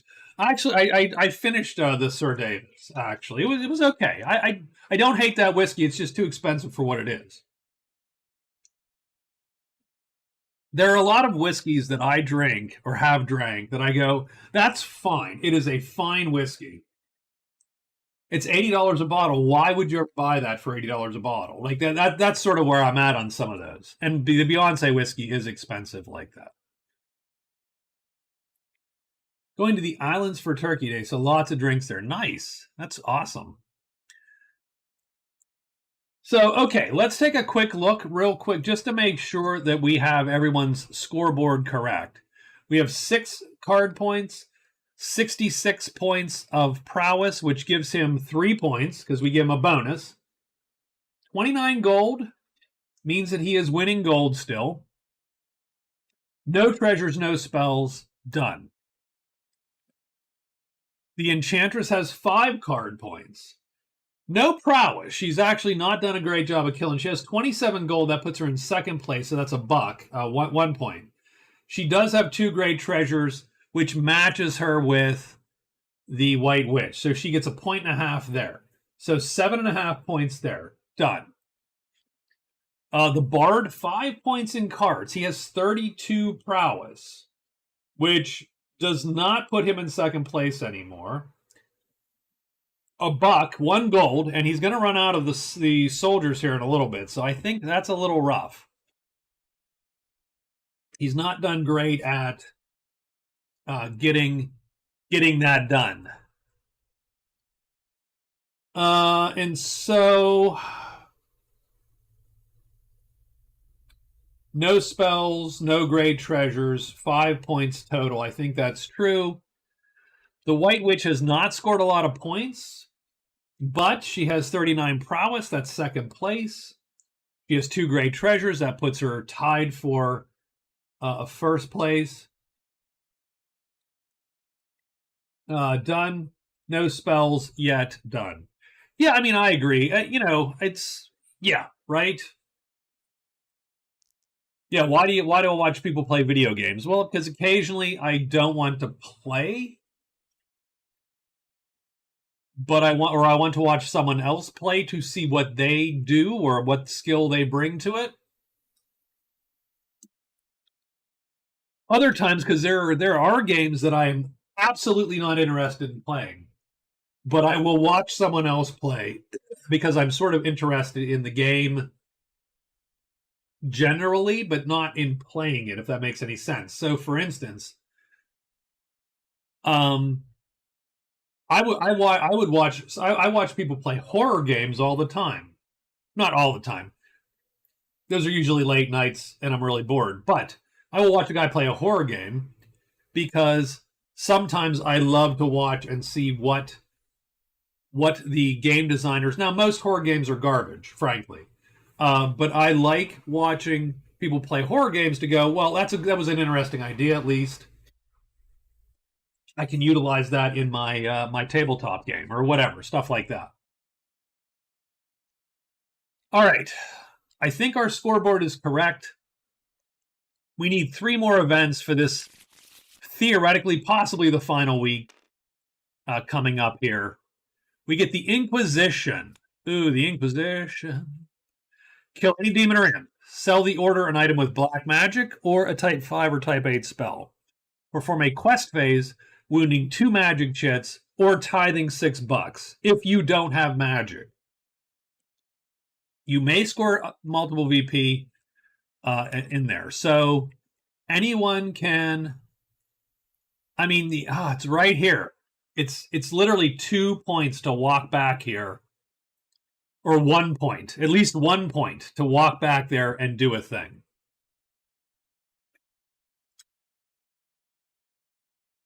So, not terrible. Not a terrible concept, and that's going to last for the next 2 weeks. So that's definitely in play here for the rest of the game. There's a bounty on spiders. Again, 2 weeks worth. And the lost shaman. So the shaman leaves where he's at and goes walkabout. 9-2. So he is here. 9-2. Right there. Okay. Both the Inquisition and the bounty. We'll just have to remember they're 2 weeks worth. Done. And we are good to go. Yeah, I have watched people play Magic Realm, and this is 40 years later, and go, oh my God, I can't believe I never thought of doing that thing, whatever that is, right? So let's write our days. So the Saracen has weathered the trolls. I think he's going to. I mean, I think at this point he's got a loot. I mean, I think he's looking for some great treasures. And then 1 day, 2 days.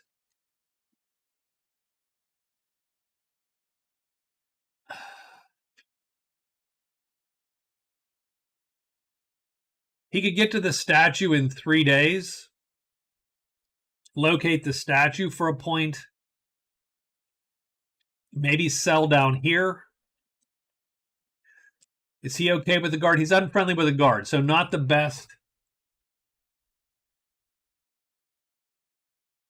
Some games are fun to watch, yeah, but the barrier to actually being good at them is not worth play by yourself. I agree with that. Like, for instance, I like watching people play Rust, right? PvP, like competitively play Rust or something, and it's sort of fun, or not Rust, but there's a bunch of games that are interesting, right? Those server-based survival games where you're also trying to kill each other and dink with each other. Those are fun to watch people do that, but I would never play those games. I'm just not that competitive. Got to bounce early. Thanks, Lewis. Talk to you, man. Bye-bye. Cheers. So I think he tries to get a couple treasures out of here and then make the run back. So 1 day, 2 days, 3 days to get to the statue. Decide whether to find it, but he's gonna have to. He only gets like 1 or 2 loots max before he's out of here. Done. The Enchantress. I do still think she goes to the. So she's gonna move to the shrine, and then she's gonna search. Then she's going to cast to get her extra phases. Done. The Bard. Well, I think the Bard is going to hide, move to the altar, and search. Done. The White Witch. Well, I mean, so she's at 5.5 points. That archaeological dig. So let's look here. So she needs to be in 4. Shaman did 2. Yes, he did. He is. That's not a shaman. That's Hunter S. Thompson. actually. And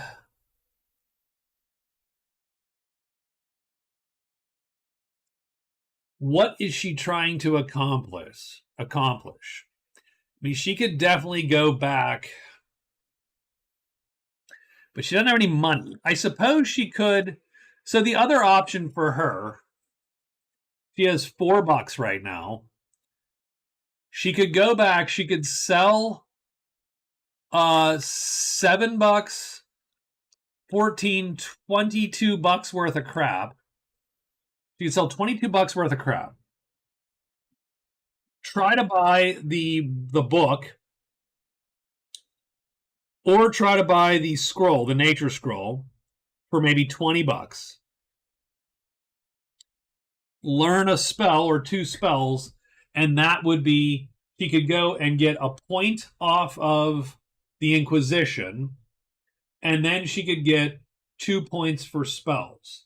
So she's looking at possibly 3 points by being back here.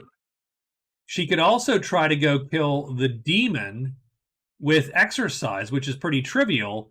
That's going to take her 1 day, 2 days, 3 days to get there. 4 days, 5 days. She theoretically could do that in a whole week, but she could. But I doubt she gets the book then.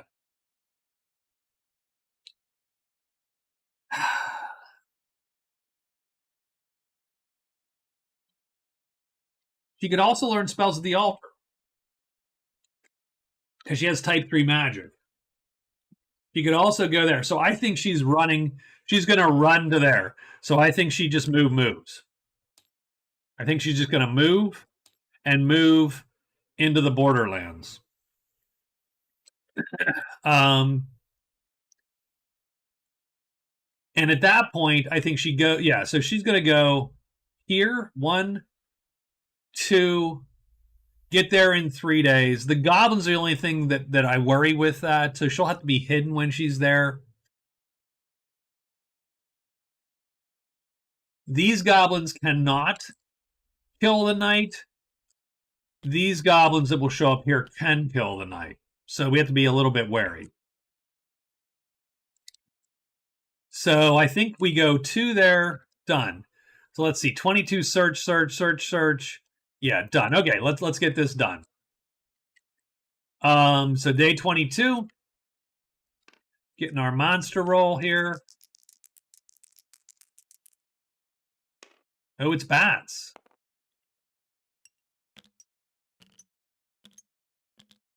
All right, so she goes here, and she's going to search. She needs a 4 or a 1. That is not it. And she is done. The witch goes 1, 2. Oh, and actually, I should note, I think the witch actually has an aura of light. So she does get an extra phase in caves. So I'm going to give her extra phase. So she'll get there in the day, which is why I was going to explore the caves originally. I just don't know that it's worth it at this late a date. So she ends up there, and nothing appears. The Saracen is going to search 2 times. So he's going to loot twice. So he's going to loot this guy and probably this guy. So he's going to take 2. He's going to, and then draw from the cairn. He gets the 5th card. Oh, the map of the lost city. Well, that's sort of useless. But hey, here we are. But having said that, where is the lost city? Oh, it's down there. No, I don't care about the lost city. That's fine. Oh, no, it's up there. I'm sorry, that one. He gets the 5th card again. The good book. I mean, that's good, but just not good for our guy. But if he can find the visitor and take him to a dwelling, he can sell this for at least 20 bucks. Do ancient scrolls, get 20 bucks out of the deal. So that might be where he ends up. Done. So that's his day. Does anything show up there that day? No, it's bats. So that leaves the bard. The bard is going to move in here twice after hiding 2 times. No, he hides only 1 time because he's ballsy, that bard. I think that's his name. He does succeed in hiding. And he searches 1 time, hoping to find the altar. So it's going to be a locate. He does find the altar. That's paying off for him. Done. And what appears? Well, Howl appears in the mountains. Only Flutter's going to draw bats in the caves. And so Flutter draws there. Not terrible. Let's adjudicate the bard first. The bard's going to use Consult Demon. So he's going to get a VP. So that's a point right there. So that's good. That's what he wants. But he also could, I think what he's going to do is he's just going to learn a type 5 spell. I think he's going to learn a type 5.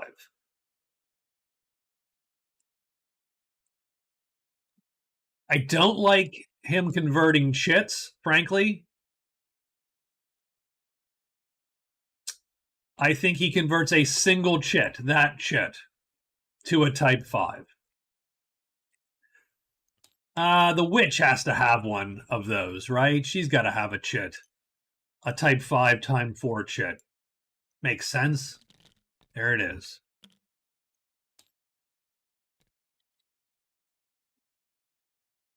So we take this chit, we burn it. We give him that chit instead. And he is now a magic user.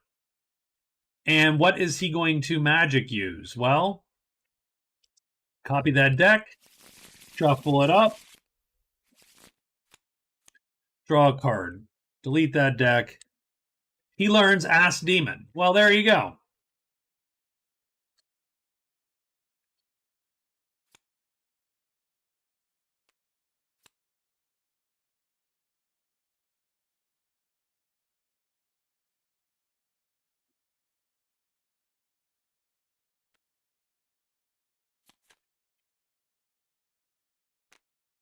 And he gets Herbalist. Ugh.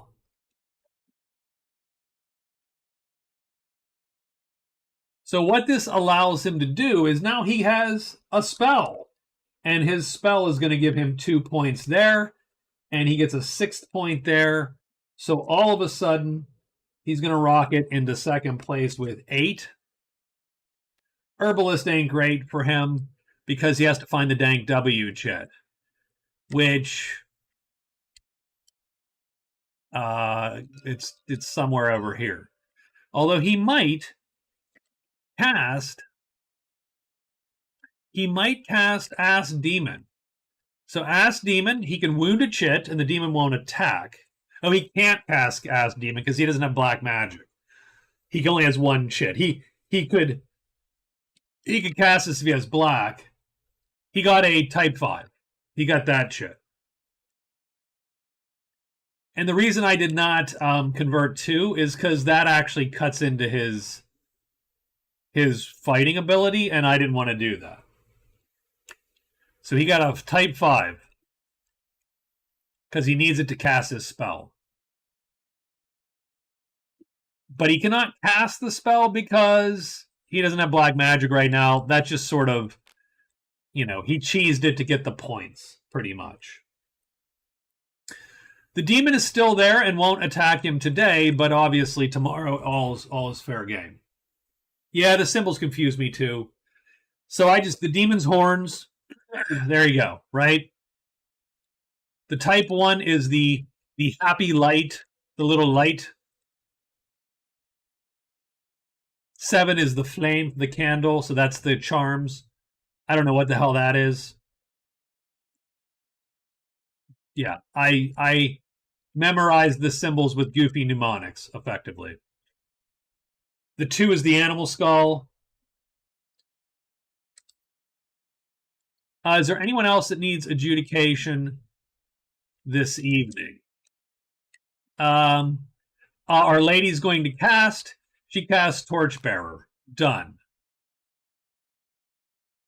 That's going to give her an extra phase in caves.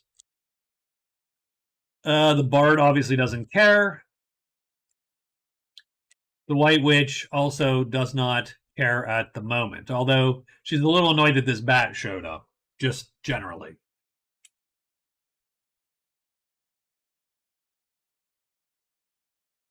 Next day. I say we loot one more time.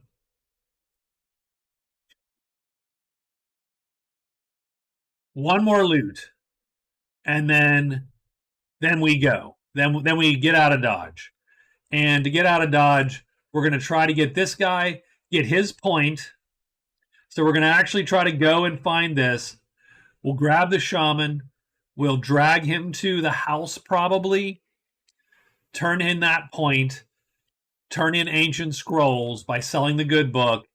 That'll give us, so that's going to give us 12 or 13 or 14 points based on how much gold, right? So I think all in all, a good scene. So one more loot is sort of where we're at. The Enchantress, well,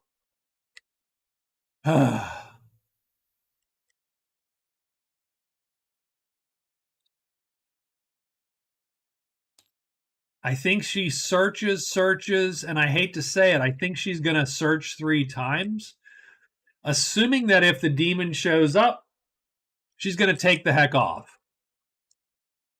Leave the wolf to die with, or whatever, right? Or she summons. But again, you got to be careful because the demon's going to power the pit something. So if she's unhidden in the clearing, that's going to suck.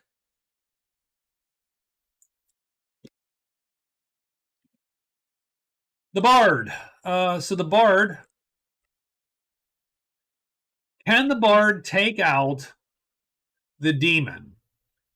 Yes. Is it possible that that becomes a disaster? Absolutely. We're going to hide and search. And the reason is I want to find a great treasure. We can also kill the demon ourselves with a lucky hit.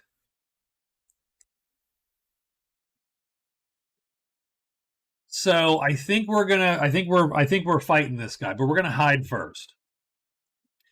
And then we'll see what happens, because obviously it could get super messy, super quick.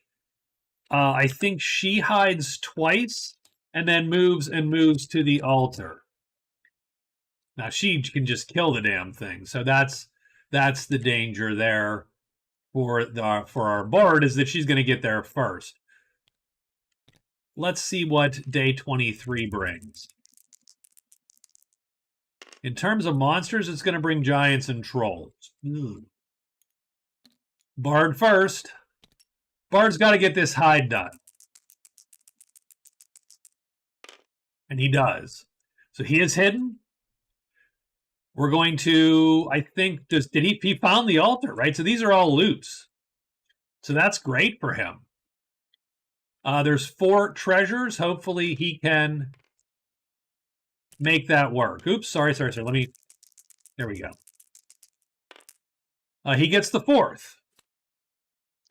The Bard, okay. The Bard finds the golden icon, which no one can carry. Ha! Funny, but no one can carry it. That's his first treasure.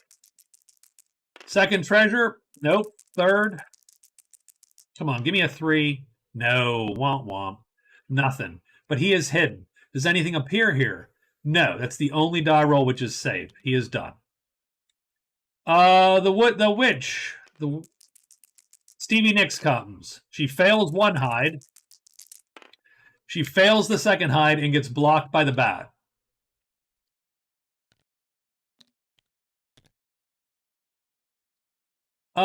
She's gonna roll lucky day.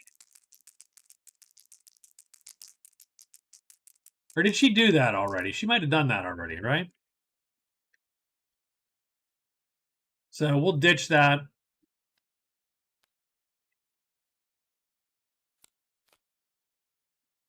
And she'll take quiet night.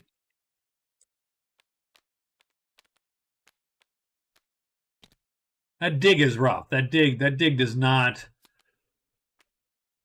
Yeah, it does not.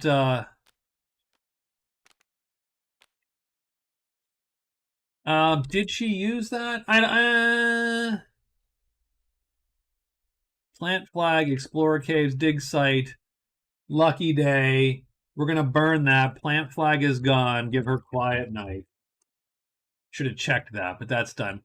And so she gets stuck by the bat. Done. Because I don't think she had lucky day. Still. We are burning chits. We'll burn a magic chit, and we will burn that guy to loot 2 more times. He gets the 5th card. I like the Shoes of Stealth, and he can activate them.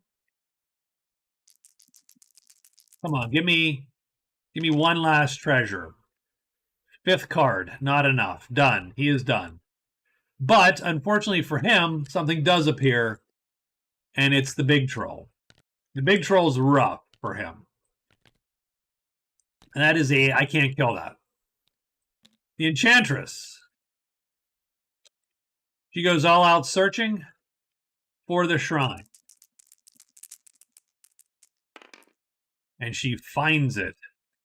First thing, shrine is found.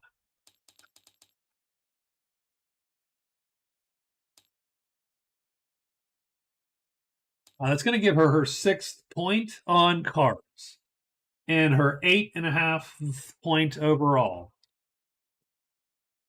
So pretty good. And she has located the shrine. Explore the mountain. That's rough this late in the game, unfortunately.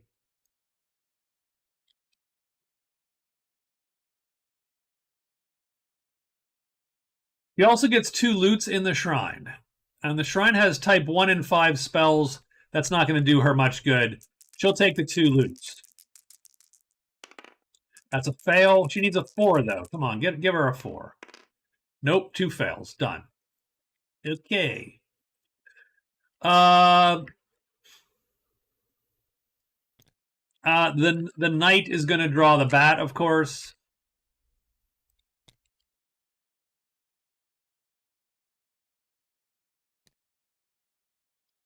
And obviously the bat can't hurt the knight. We're looking to line up, so we'll see if we line up first round. We do. So that's a kill for our white lady here. She got a lot of bats in her stable, her trophy case. It does not change anything about her prowess score. She is still 2nd. Oop, my all of a sudden my nose has started running awkwardly on stream. But she does clear that out for later, and done. The other fight is going to be here, the bard. So I'm going to let the bard. So he's going to ready this weapon, flip that, play this, and he's going to do tremendous damage against this guy while he's still hidden, and he's going to get an auto kill effectively. So as long as he's hidden there, it's an auto kill if he's willing to fatigue a chit, which he does, and he gets the tremendous demon.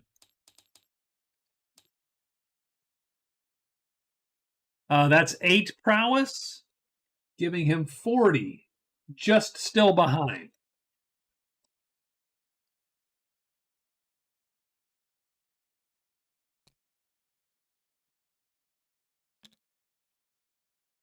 just still behind. He also, takes the demon away from what's her face, so she's not. And he's killed a demon, so technically he's going to score the Inquisition,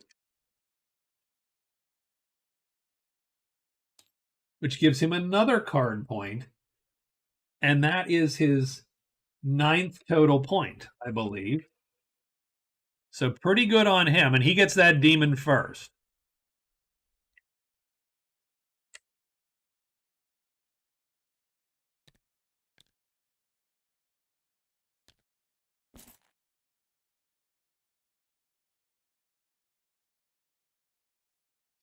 And then the Saracen here is going to, I think, run. And the question is, that way is a bad way. He actually needs to go deeper in, and that's going to suck for him, but he needs to go deeper in and find, if I'm going to execute this plan, he's got to go that direction. So that's the way he's going, and we're going to hope that this works out. And I think he can run pretty easily. I think he has an light 3 done. So that's it. Let's get the next day. So he's going to move and search. And he's going to nudge it if he needs to get that path found. Done. The Enchantress. Can he run into a mountain tile? He cannot run into a mountain tile. He would have to run this other direction. You cannot run. No, you can run. I'm sorry. You're allowed to run. You are actually allowed to run because you're not moving into that. You're not moving to this clearing. You are moving into the road in between to run. So yes, you're allowed to run. You just cannot make your first move of the day like that, because that first move of the day costs 2, and your first phase ends while still there. So he's safe to run. So what is she going to do now that she's located the shrine? So the shrine is had.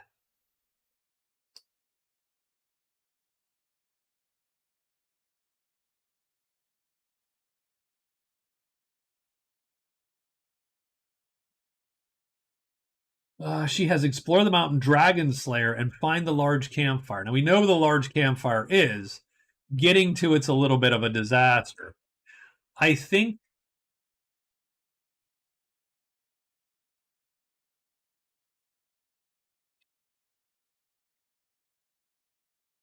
Though I would not mind drawing a treasure out of there, I'm not necessarily sure that it matters if I draw a treasure out of there or not.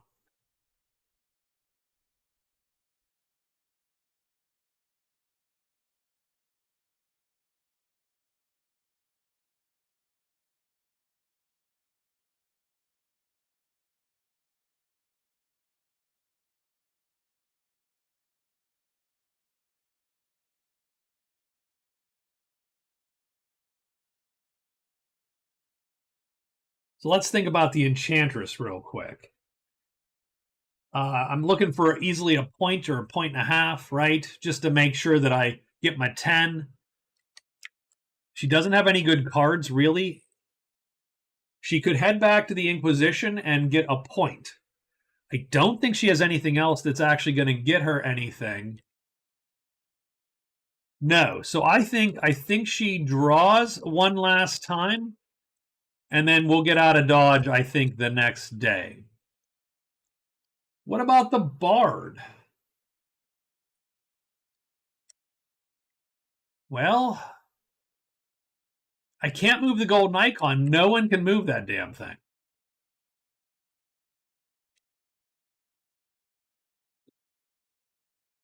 Oh, sucks. That's $100. That's $100 of magic. I just need the house to come to me. I just God, I don't love that.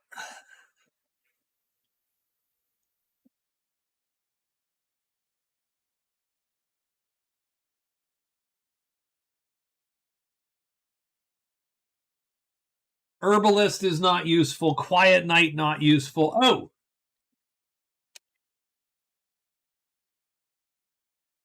I know what I can do. Done. Okay, good enough. I'm going to hide, quest, search, search. I'm going to do sacrifice.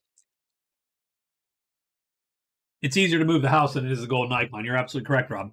We're going to sacrifice. It is a large treasure. It's a great treasure, but it's also large. So, and it's here. I don't have to have a tremendous chit to put it on the altar. We all have to, all of us. The God, we all get together. We slap that boy down there. We're right at the altar. We can pop sacrifice. That's going to give us a victory point, and it's going to allow us to copy one of our chits.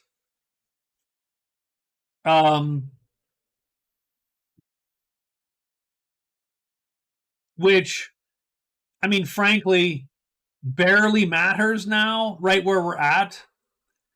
But I would probably copy either the H4 or the M3 at some point in time, just to get that. Oh,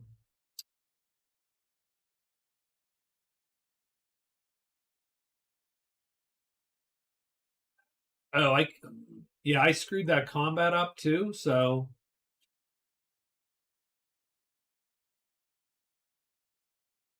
I'm gonna let it ride.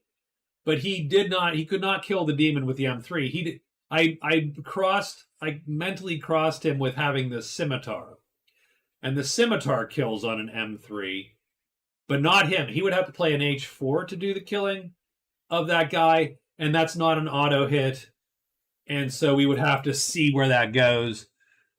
I'm gonna sit on it because it's a little bit of a pain in the ass to go back. That's fine.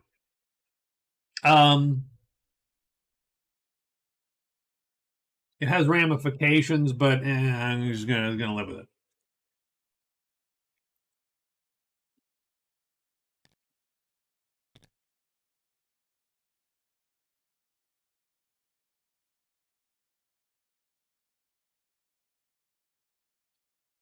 Yeah, and I think at that point, what I would have done is probably played.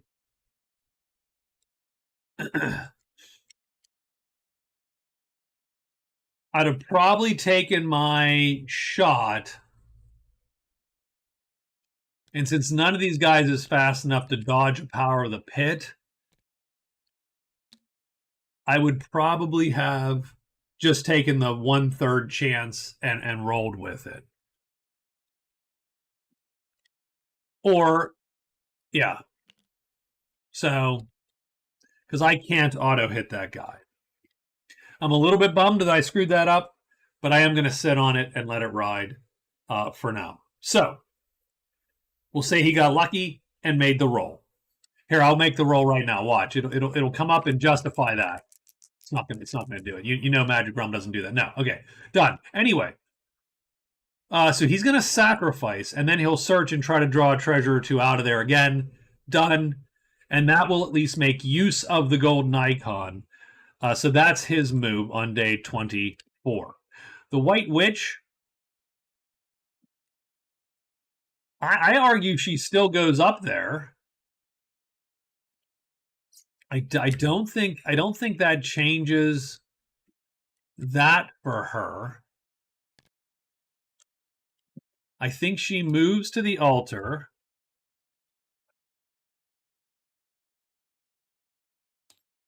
And then probably does. Okay, hold on. Let's look at the timing. I know what she needs to do. She's not going to get the demon, so the demon's dead. So I think she's going to run back, and I'll tell you why, because I have a plan for her. So she's going to move to the Maple Woods. Move and move into the woods. She is going to spell X and spell. That will enchant the woods to open this path up. So she's going to end up here, like that. Ruins W does cause her trouble, though. But I think she can. Can she? I think she can run from the wolves if she needs to. She needs to get back to the chapel. Done. Then she can make her play. So 1, 2, 3, and 4. It's not exciting as for her, but it's a good score. So I think she's going to roll with it. Okay. So day 24, let's roll it. 1. So we're going to get dragons out. A couple dragons. White Witch is first. So she goes 1, 2. She then, boom, does that. And she doesn't need to burn the magic because she already has color with the statue. Or the whatever that is. What is that? I forget the it's the sacred statue or whatever. Sacred Grail. Carried by her trusty companion. Actually, she can carry it now because she's also awesome. But done. Can't run from anything if she does that. The Enchantress searches 3 times, tries to draw something out of the shrine, I think.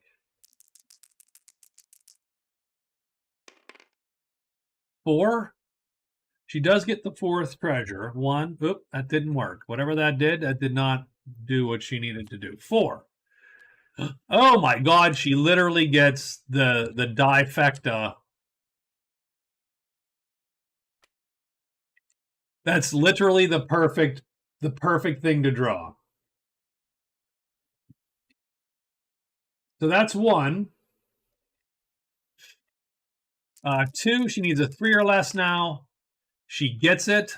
Go Enchantress. I love. That sucks. That sucks. Because she cannot carry that. There's just no carrying that crap. So she will probably end up dropping that in the clearing today, just because if she could bring that back to the Inquisition, that's a free point. But she doesn't have a buddy to carry that shit. Now she could cast, and strangely enough, rolling a 1, 2, 3, or 4 gets her something to carry this. So I think knowing that, so there you go. So she's going to keep it for now. She's going to keep it for now. Knowing that she does not have to move out of there because I don't think anything appears on a 1. She's good on a 1. So she's going to sit on that for now. She might be able to cast Summon Animal and get something to carry that for her for a day. She does get 1 more roll, and we're hoping that it's pretty low. And it isn't. It's a 3, not enough. She is done. The Bard.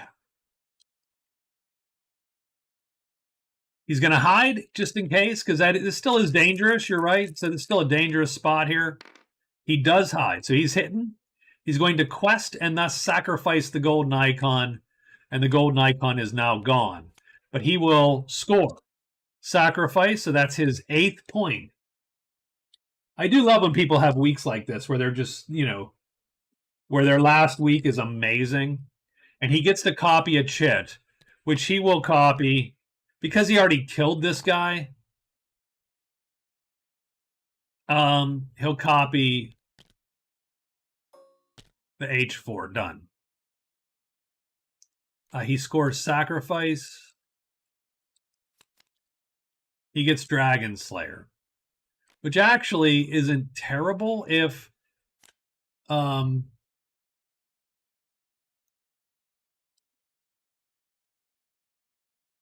he could find a heavy dragon.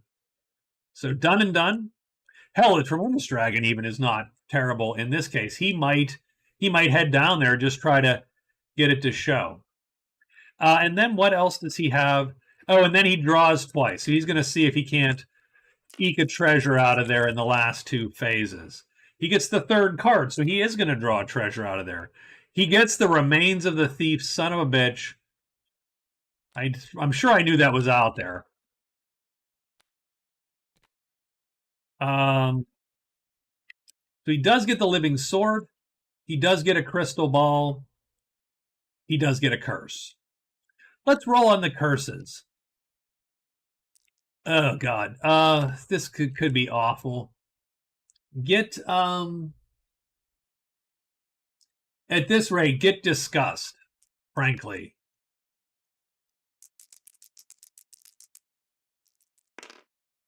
6. He gets disgust. So, oh, he gets 20 gold. You're absolutely correct. So that's good. So he does get disgust. What that means is his prowess is worthless. And so I give him negative 99 to show that it's worthless. So he has disgust. And so the reason I wanted disgust is he's not scoring right now anyway. So I'd rather get that. He might be able to go sell this crystal ball, score gold, and then, that's at least good enough. Gives him something, right? The Saracen moves and he searches. And he gets an extra hide phase, right? Or no, 1 die for hide. So it's not an extra hide. So we're looking for a 3, 2, or 1 here.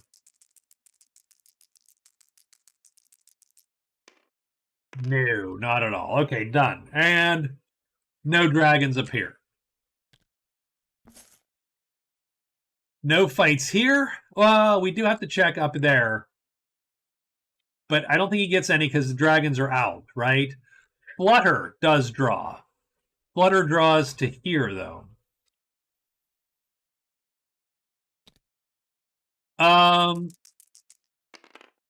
Sure. Yeah, there you go. I think he might have. And he rolls a crappy search. Flutter draws here. That sucks a little bit. And again, it sucks even more because fame doesn't count for him right now. For it to count, he's got to get back to the chapel. So that's a little awkward because he could actually score 15 potentially or 10 and take that point. And I definitely think he could use that point. But, so we got to figure that out for a second. Okay. Sarah, I think everybody's done. And that is the day. And I don't think anybody has anything left to do here. So the Saracen is going to, he's got to just search. He's got to get this done. So he's got to get this done as fast as he can. He's going to use nudge. So I need to make sure that I remember to use nudge.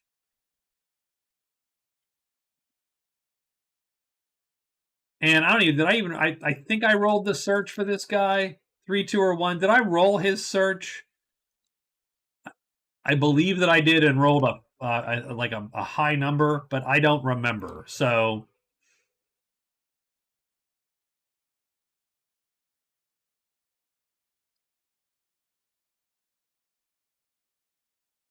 I was too busy yapping effectively to effectively remember that. So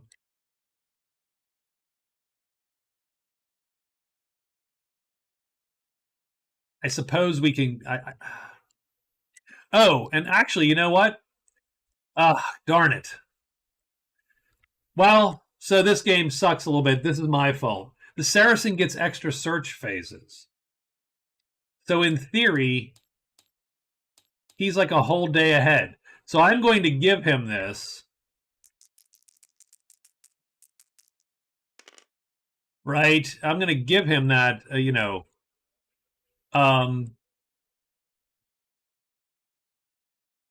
I'm going to give him this search.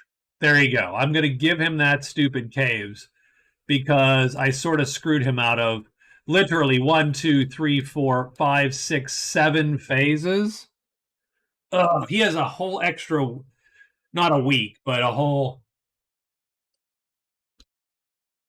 extra 2 days.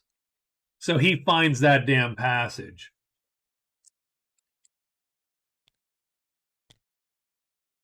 Yeah, I give him 4 extra searches. Yeah, really. 1, 2. Yeah, there you go. So he definitely finds this passage.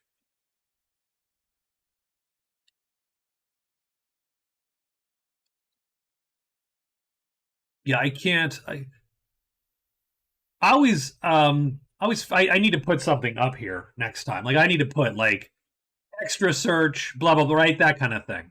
When he lost his horse, I also mentally took his move out too, which is dumb. That's bad. So anyway, or his search out as well. So let's write the next day. So he found that search. So day 25, he's going to now move out. So he's going to get to move. And oh God, but he doesn't get to move entirely out because he's here. So he'll move to here, and then what? Well, I'm going to have him hide this time because he doesn't want to get caught where he has to run away from that exit. He needs to get out the next day. The Enchantress, she's going to cast tonight.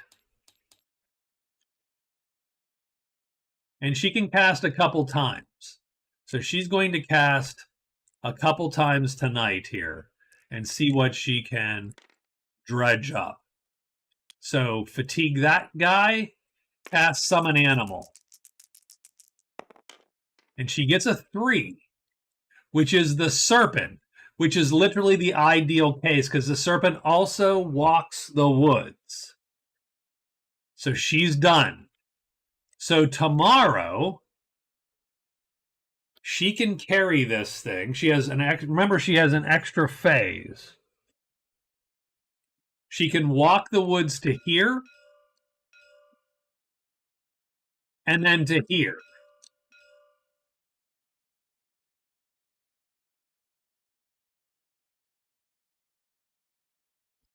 That can be her day. Her day can go boom, boom. That's her day.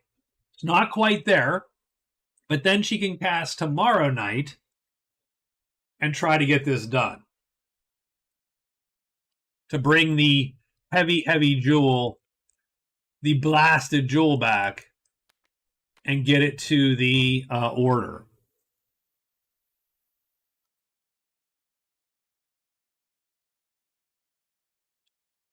All right. So day 25, she is going to move, and then, well, extra move, and then move because she still has her torch, which will go out, of course, as soon as she leaves and goes to there.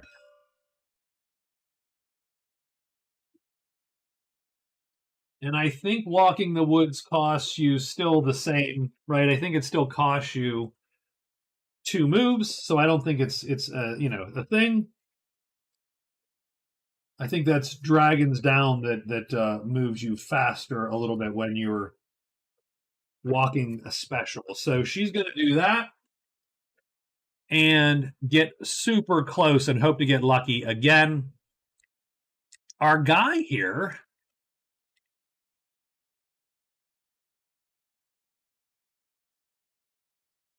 does have a great treasure. So, because that sword is a great treasure. So I'll make sure that I mark him down as having one. But it's not enough. They both have, I mean, the Enchantress has 4 right now, which does actually put her in the bonus possibly. So I should make that change because she has actually changed the scores here a little bit. She now has 9 points, and she knocked the White Witch down. And actually, she has 10 points with the bonus. right now because she has 4 gray treasures. However, it only is 3 to get the bonus, so she'll have it even if she does manage to sell this guy.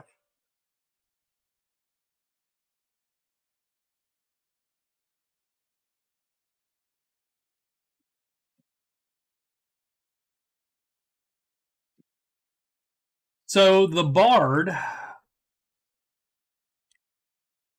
the hell's the bard doing? What are you doing, bard?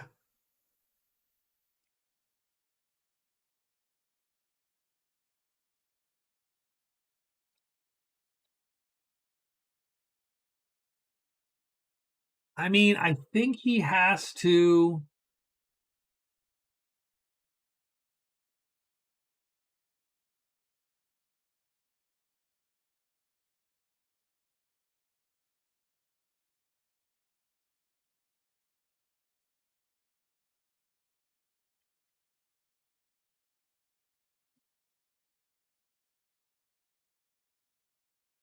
I think he's either going to effectively head back to sell because he can get 20 more bucks. So he could technically so he might go back just to sell. So there's a couple things he could do. Keep in mind he rescued this guy. Now I don't know what he gets if he rescues if he brings the rescuee back. Let's take a quick look here. So rescue, if you return, you get 10 gold and a level of relation with the group that is there.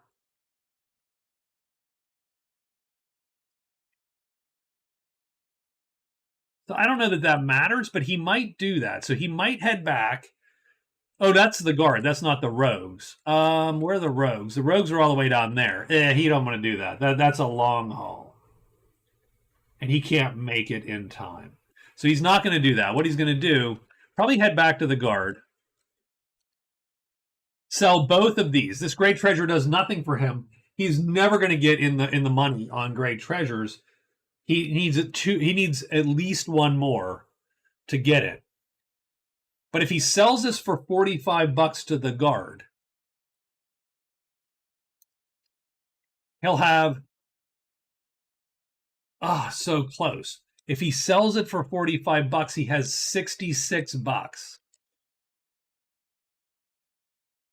Which is just not enough to get the 70 that you need for the point.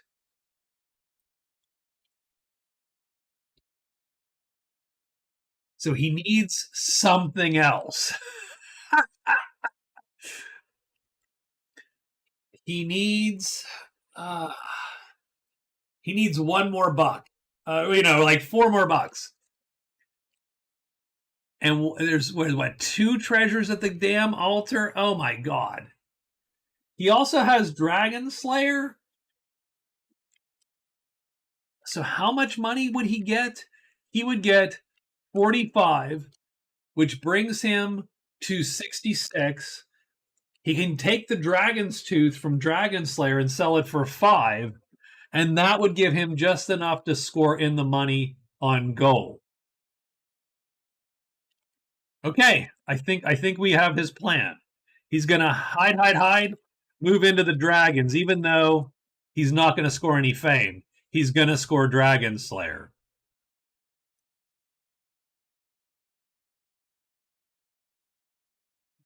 Done. The White Witch. 1, 2. She's going to cast at the end of the day. Also, she's going to cast Wisp Buddy here, and she's going to then go 1, 2, 3, 4, and she's going to end up back at the chapel. Done. Okay, got it. So that's our perfect day for all these guys. Stay 25. Sorry, I'm taking way too much time on these last few days here. Serpents and demons appear. 1, 2, 3, and 4. So the bard is going to do a big hide. Fails. fails. Oh, geez. Don't. Okay, he succeeds and then walks into here. So he is there. I don't think anything appears because the demon's dead, as wrong as that is. And that's it. The witch makes her way back. She is done. The Saracen goes 1, and I think he hid, right? So he rolls a single die when hiding now. He fails it, but nothing happens. And the Enchantress double moves and moves, walks the woods with her snake, and she ends up there. And I don't think anything else appears again. I think we are actually blessedly quiet for creatures. The snake, of course, goes away. The Saracen isn't doing anything else. The Enchantress is casting again. Oh, this torch gets wounded. And she gets a 4, which is a bat. So she will burn here. Not enough. So she will... I don't know. I assume I'm letting her dismiss the animal, I suppose, although that's super powerful for her. She gets a 2. So a bear. Now with the summons, you can go the crappy direction. You can go up. So she's going to get the serpent again. Done. So she cast again. She got a serpent the second time. She is ready to roll.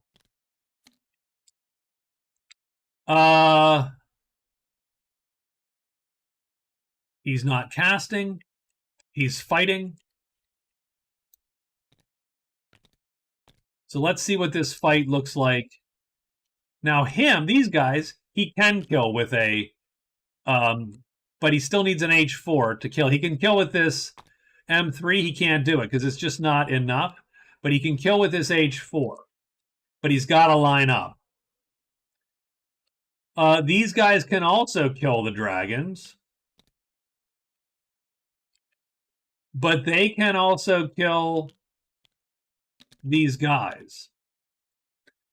So there is a little bit of risk.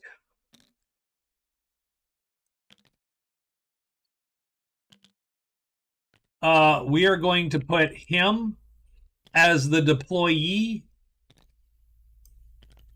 And these guys will all face on one of the other directions. So they'll take one. The bard will take one. He will ready his weapon because no one's on his sheet. Well, first thing he'll do is very simple. So round 1, he will actually just attack. He will ready the weapon and then play like this. So we're looking for a lineup. And he does. So the bard actually scores that kill. And he has to fatigue, which he will fatigue this shit right now. Then he will let that thing go. He'll let that dude go there. He will play there. Although who the hell knows what happens. He'll ready his weapon again. Although, yeah, he'll ready. I don't think he needs to ready it even. He'll just play like that. Get an extra attack in there. The dragon goes to 5, so the dragon slips down like that. Does the dragon flip or not? He does. That's great for the team, actually. The dragon can't kill anyone this round. Both sides of the team. So he goes to the bottom. These guys shift up.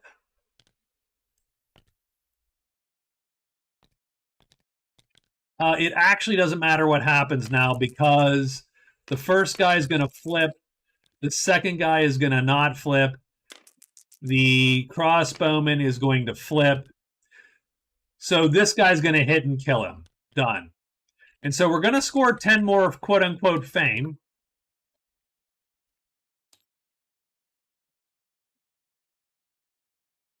Prowess. But we still are disgusted So we don't get anything out of it, but we do get Dragon Slayer. And that's another point. The Bard is just racking up the points this last week, and that actually puts him tied. Plus, he gets this delightful little extra potion-y thing here, which is worth 5 gold. So, and he gets sacrifice again, which is sort of funny.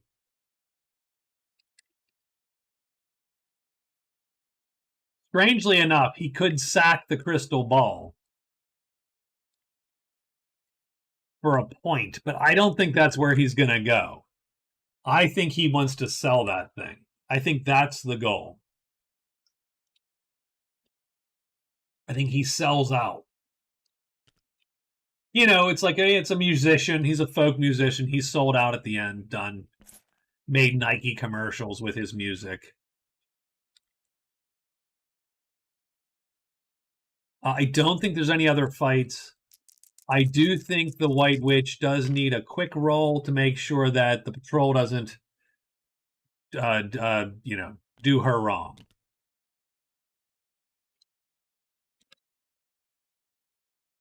The Saracen moves up into here. That's his move. Move to 5. Done. The Enchantress is going to walk the woods, but more importantly, she's just going to walk this to the chapel. So she is going to move to the chapel. She will hide just in case she doesn't want to raise the ire of anything there. She's going to trade. And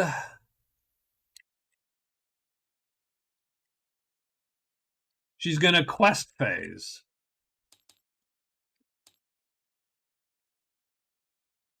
She should score 2 points and get her 30 gold from the Inquisition. Done. The Bard is going to go 1, 2, 3. He's going to move to the guardhouse. Right? He goes 1, 2, moves to the guardhouse.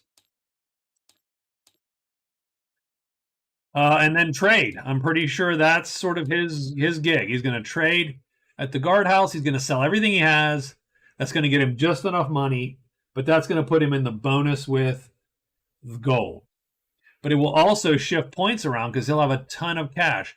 The problem is everyone's going to have a ton of cash here in a minute. Everyone's going for the last moment.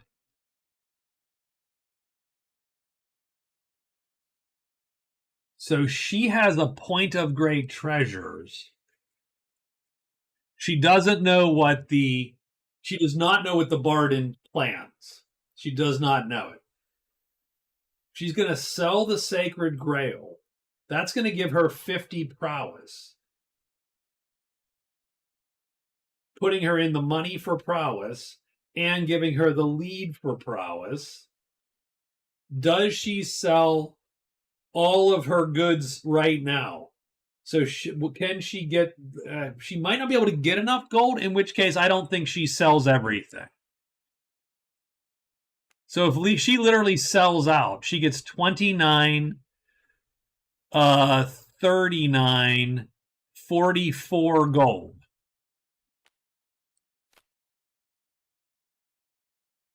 Plus 7. She can get 51 gold. Plus her 4. It's just not quite enough. She's not going to get in the money. She might think she's going to have second place, though, or first place. So she can sell this for 27.34 gold. So she's going to do a big sell. She is going to do a quest phase.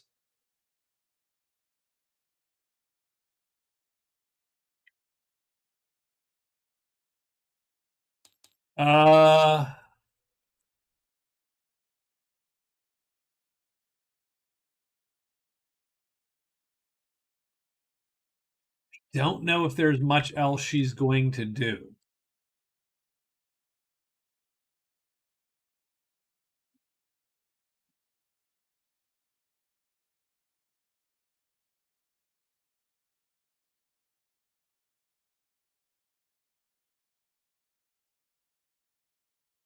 I don't know if there's much else she does at this point in time. She trades. She does a quest phase.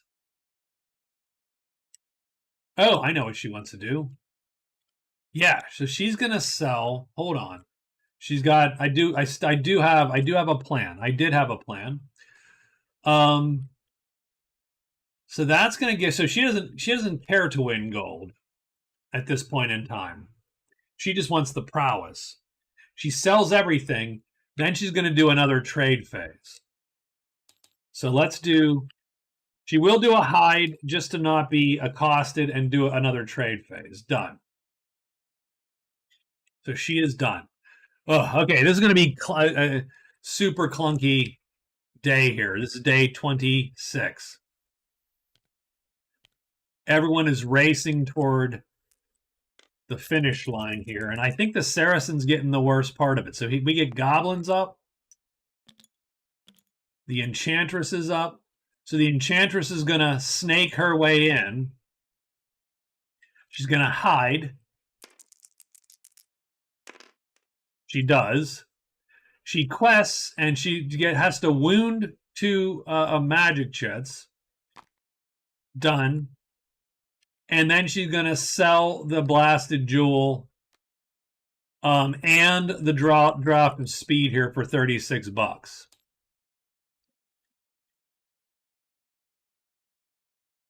That's going to give her 63 bucks.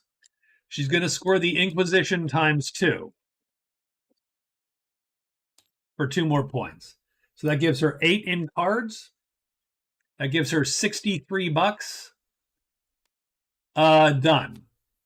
She still has 3 treasures, so she's still in the money on treasures. Still in the lead, too, as far as I can tell. So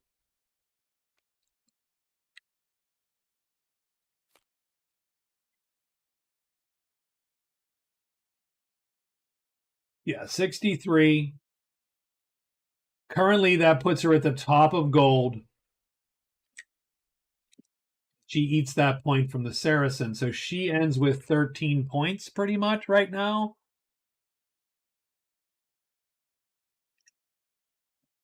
But we have to see what everybody else ends up doing today. Now, tomorrow is going to have to rest up or something because she's actually way out of magic. This guy goes away. Done. Okay. That's her. The Bard goes 1, 2, 3, executes a trade phase, sells everything he has. So that's 20, 45, 50 bucks.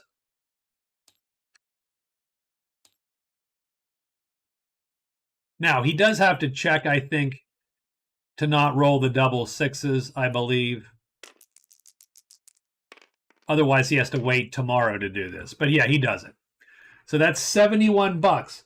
So that's going to put him in the lead and knock him out of the money there and knock her down to 1. Plus, he scores the bonus. So the Bard ends up with 71 gold. All because he found the remains of the thief. Or not the moldy, remains of the thief. So that's going to give him 12, 13, 14 points and knock her down to 12.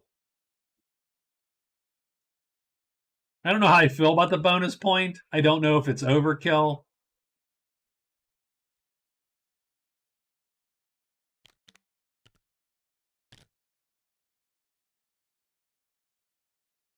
And he sells this dragon, whatever. Yeah, he sells this guy too. Done. Sells it all. And now he is done. The Saracen moves up into here. He is done. The White Witch does a trade phase, which she sells the Sacred Grail and all this other stuff. So that's $27.34. More importantly, it is $34. It is 50 prowess because of the order and the grail. So she actually has 92 prowess now. She's in the bonus. She's going to do a quest phase and score the Inquisition, but just once. That's 1 point for her. She has to wound 2 of these, which she will.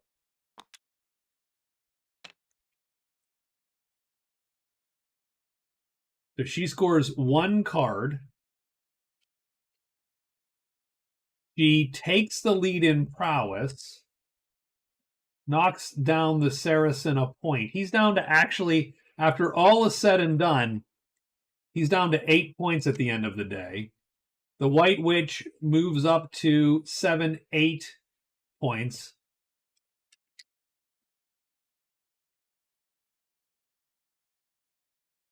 All this goes in the orders bucket.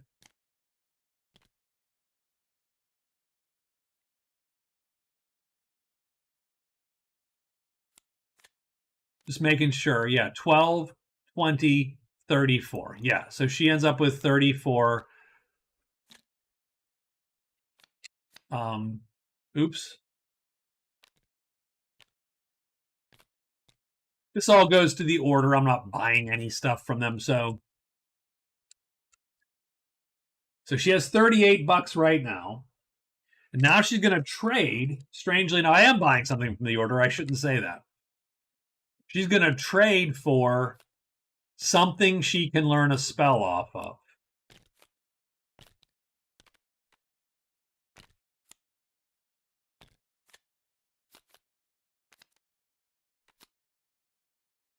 The Scroll of Nature.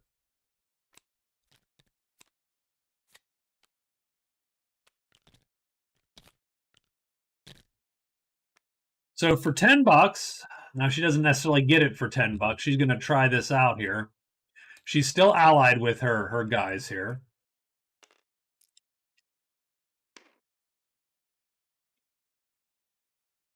Let's make a big roll here. She got 1 trade phase. She'll do this tomorrow if she has to.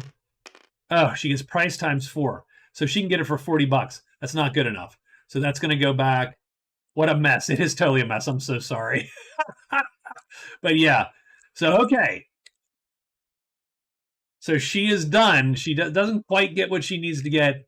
And she does try to hide, like I said, to avoid being accosted, and she does.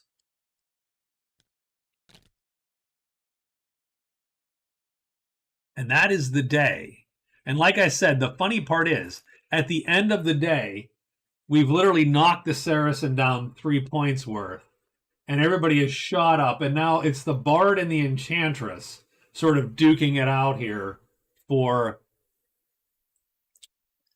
the final. But having said that, I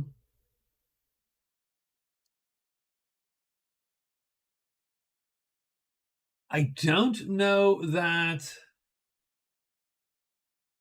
anyone else has a ton of stuff left to do. Now, the Saracen will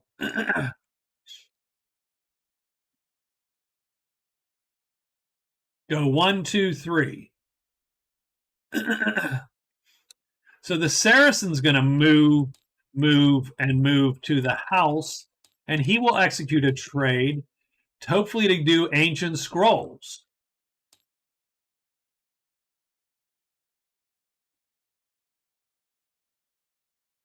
Because the shaman will buy the good book, either at the price he buys it for, or twice its base value.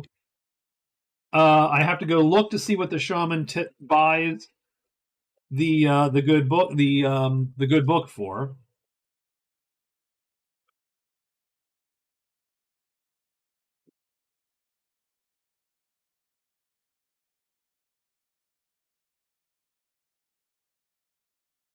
So let's look at the tables here.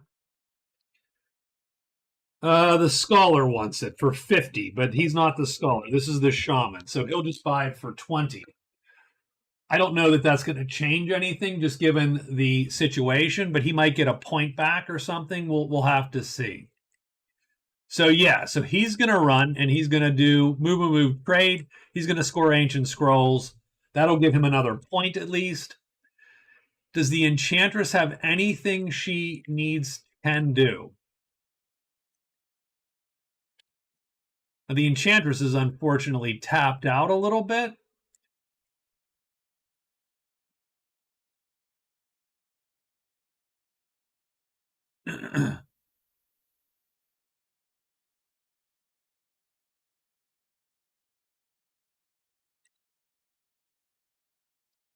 But she can run from a lot of shit.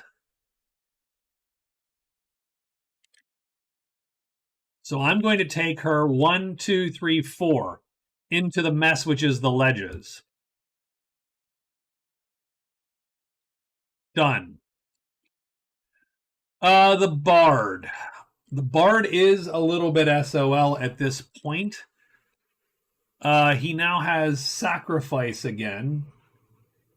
Right? Sacrifice, Herbalist, Quiet Knight. But he's out of treasures. I truly think that he's going to retire at this point. No, the Cook is not a point. The Cook is... He just gives you a rest phase a day for free. So I think he retires. I don't think we're going to find Dank W in the time from where we're at in the time we have allotted. We scored 14 points. I think that's pretty darn good. The White Witch is going to do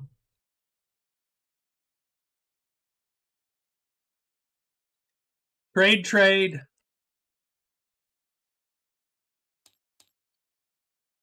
search, hoping to get the book.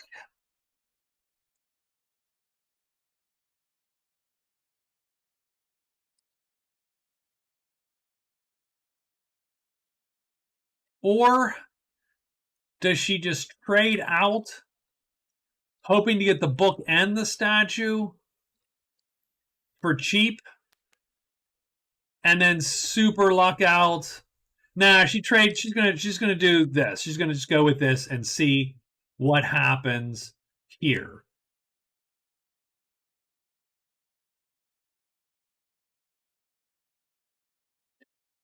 Oh, that would be super optimal, but and maybe that's just too much banking on a couple good rolls here.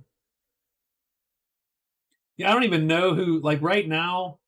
So actually right now the scores are a little bit wonky because the White Witch actually has, so the Enchantress actually is down a point because she does not have gold on the White Witch.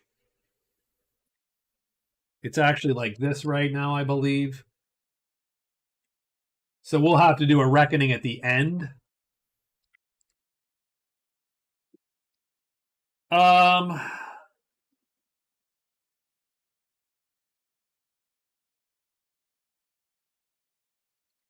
Now she's immune to curses. She doesn't have any lore per se.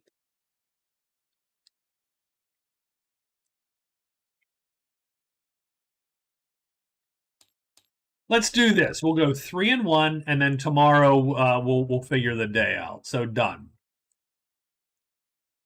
All right. So it is day 27. We are almost done here.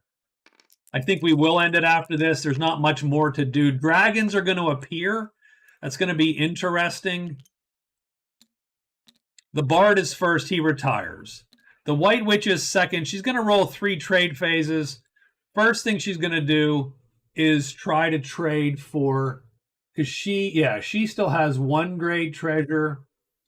The Bard has a great treasure. Oh no, the Bard sold all his crap, so he has 0 great treasures.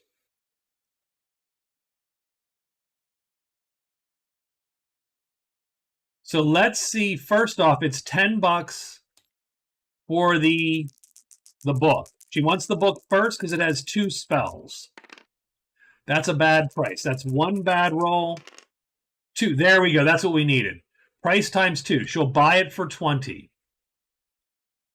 So today it's minus 20. She now has 18 bucks. Ugh. Well, yeah. So she has the scroll of nature. She's going to try for the statue. Because if she can get them both, well,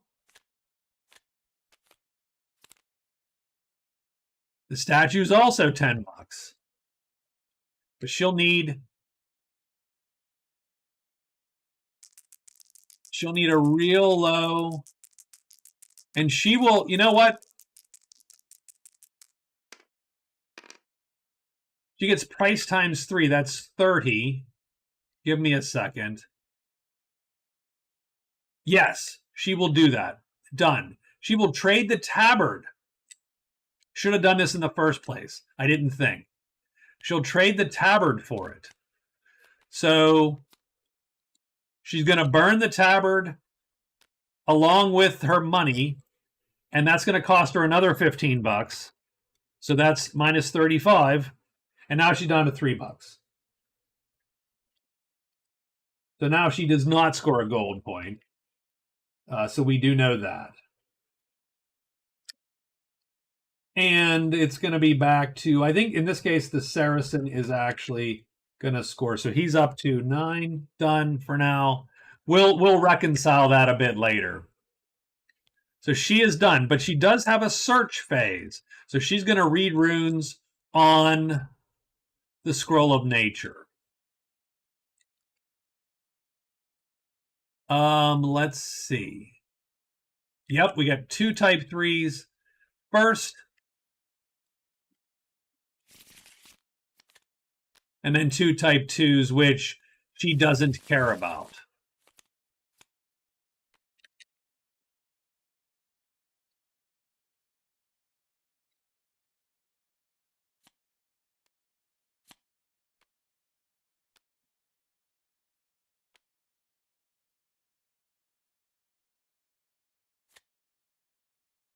So let's roll. Reading runes. She needs a 3, 2, or 1, though, so it's a little dicey. Let's get lucky and get 1 today, and then maybe 2 tomorrow. What do you think? No. That's a nothing, and she gets nothing out of it. Done. So she's going to go all out tomorrow, of course. The Enchantress just goes 1, 2, 3, 4. Done. And the dragon appears. I don't know if any other dragons appear. No, because there are no more dragons. That's okay. She has a dragon fang necklace. So she just controls it. And tomorrow she's going to walk that thing into the goblins and control it to score the goblin horde.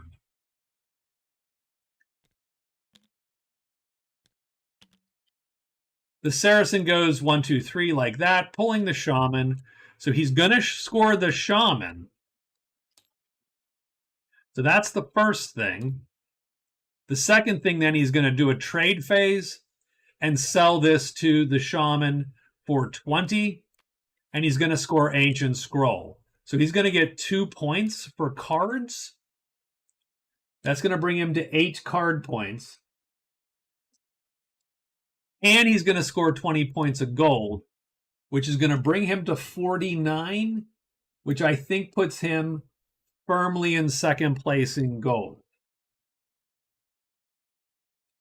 So that's 10, 11 points, and he's back to the 11-point threshold, which I think at that point he bags it and he's going to retire. So he is done with his day. I think we have to roll the wood folk just in case they don't dink with him. And yeah, I think we're done with him too.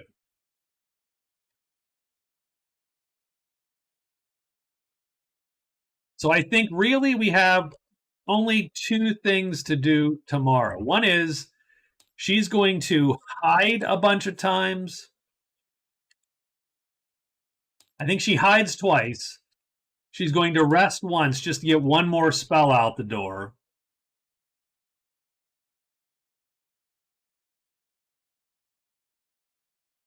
Which is a little too bad. But she definitely wants to be hidden. And then she's going to move to the goblins. The bard is retired. She is going to search 4 times, reading runes. We do have to roll 2 dice, unfortunately. This is the only thing I don't like about day 28. There's gold magic in every clearing. It can be a little bit of a pain in the ass because you have to then pull monsters back. So, we're going to get... Oh, God. Okay, we're going to get dragons back and spiders back.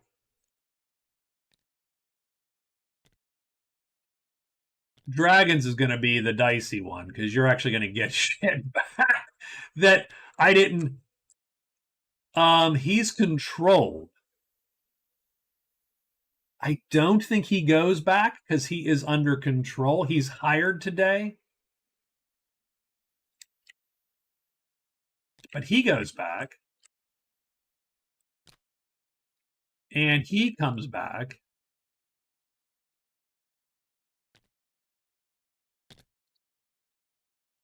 Oh no, he does. That's not him. This is the lair. The lair's dragon is controlled. The other dragon does go back. So we're going to get a little bit of a mess there today.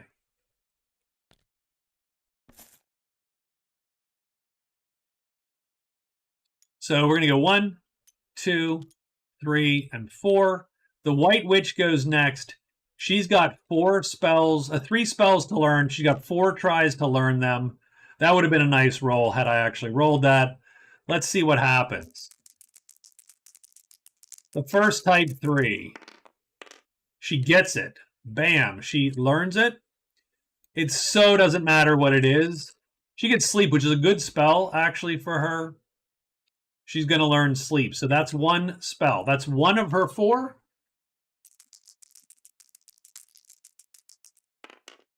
She gets the second one. That's 2 of 4. That's nice. She's kicking it. She gets see hidden signs. She then has the statue.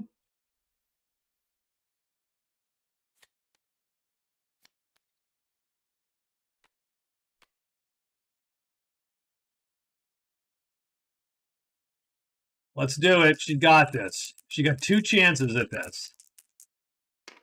Nope. Come on. That would be a coup. No. Shoot. Well, she gets 2 spells nonetheless. It definitely doesn't suck. That puts her in the lead. She's going to take a point from the bard and score 2 points herself there. That's going to put her at 10 and the bard down to 13. And that was her sort of mini coup. The enchantress is going to hide twice. She fails and succeeds. So she is hidden. She does rest 1 time. It sucks because she doesn't have anything good to put to get there. She'll drag that one back. She does walk in with her hired dragon there. But let's see what the hell else appears. And keep in mind, she has smoke, so she's going to draw. She would have drawn everything anyway. So she gets slither and slither.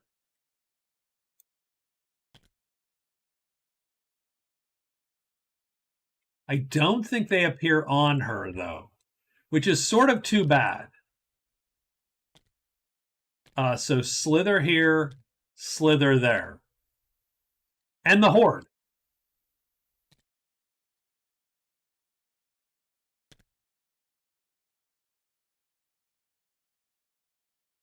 She's hidden. Technically, the dragon is hidden.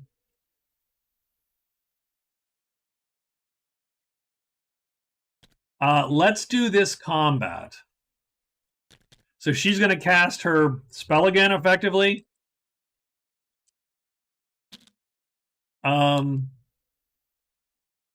So she does get to cast, quote unquote. I think she has to roll to ambush still.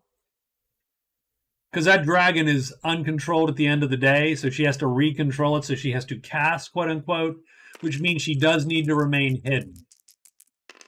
She does, so that's good. So now the dragon is going to take these dudes on. We are probably not going to fight the goblins with the wolf. The wolf stays with me for now. So we're going to do this. I think we target that guy because I think he's the dangerous to the dragon. One. These guys are not dangerous at all to the dragon.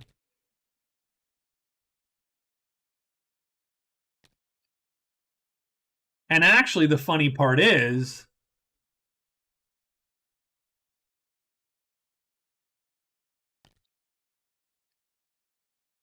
I mean, if he flips, then we kill him anyway with the head. So I think we'll just stick with that. The wolf could also take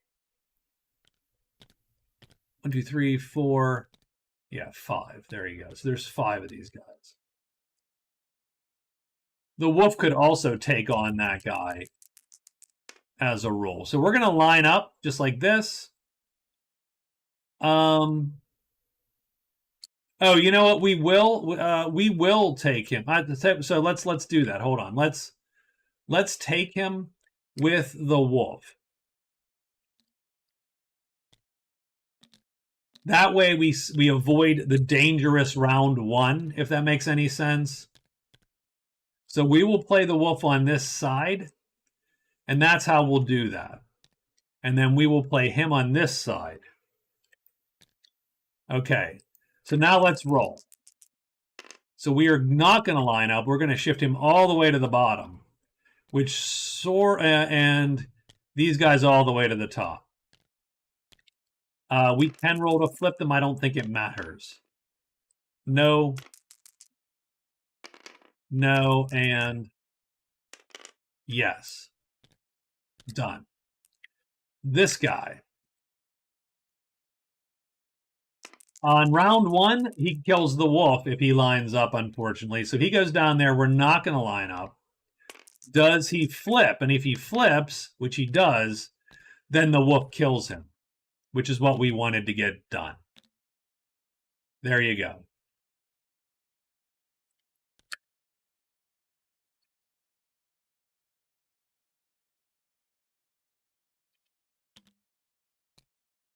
So now this is just an exercise in not stalemating. So we're looking at a 2/3 chance to kill a goblin every round. So a 4 will do it. This goblin is dead. I'm not even going to roll to flip them at this point. 2/3 chance to kill that goblin. 1 killed. 2/3 chance to kill that goblin. We're always going for the top box, of course. We do. Done. 2/3 chance to kill that guy. We do. Geez, if I could only line up this well for most characters, most fights. He does not line up. He goes down to the bottom. So that's 1 round where he did not line up. So we are now going to deploy.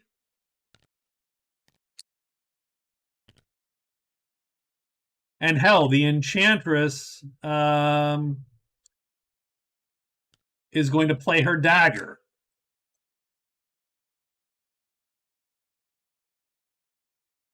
And hell, we're not going to deploy. We're just going to play the damn dagger.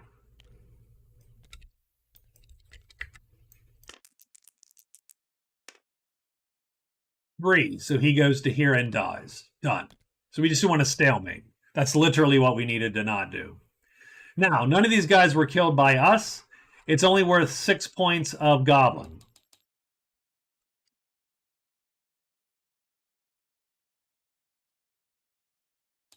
That's her first prowess of the game. But she scores the horde.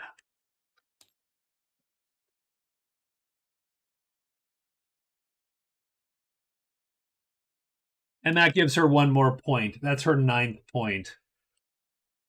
It's going to give her 12. And then she's going to get something from the horde because she killed the big guy. So let's see what that something is.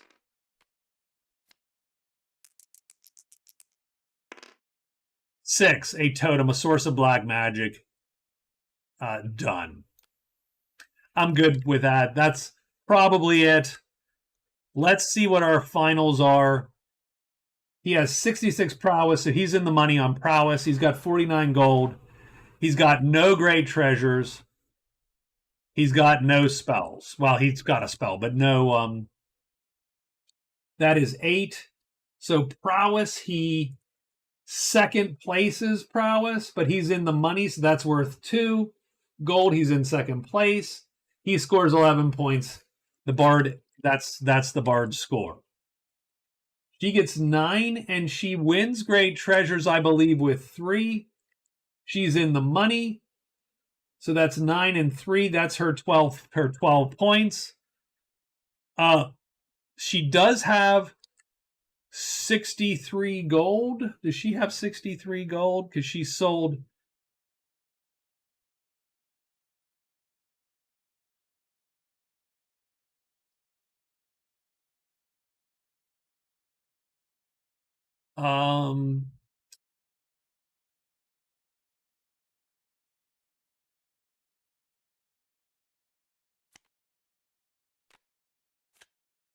She sold the blasted jewel to them, right? And a bunch of shit. So she does have 63 gold. So let's mark that gold on her scorecard. She actually has 6 prowess. We'll give that on her scorecard too. I think that puts her in second place on gold. So she does take a point off of that guy. And she gets 1. Oh, jeez. What keystroke combination closed the scores? That's ridiculous, by the way.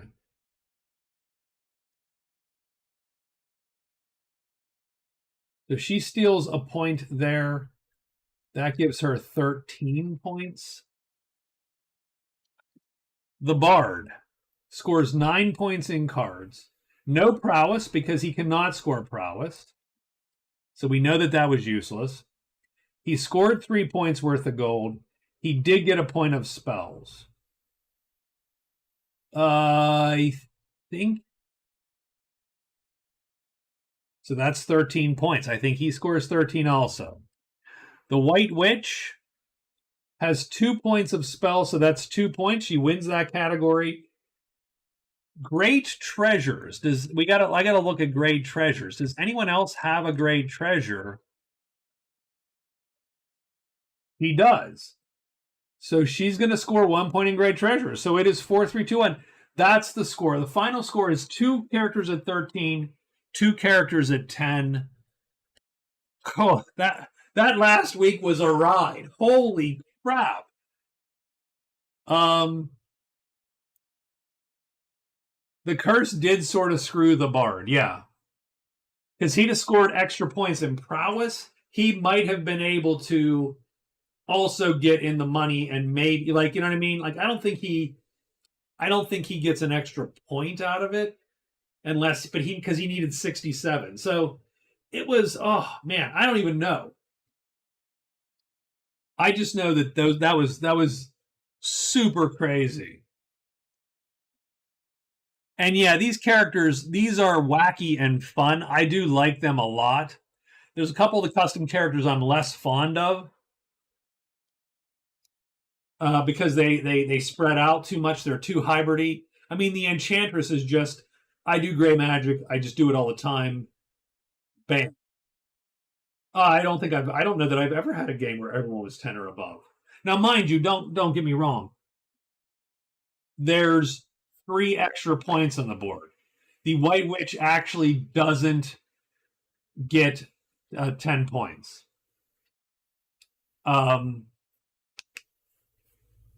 Because and nor does the Saracen, because they both would have they'd have both been at 9.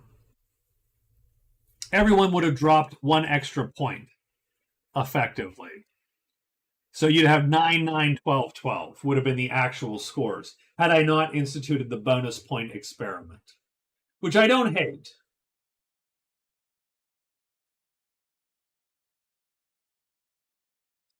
Yeah, the snake riding was sort of cool.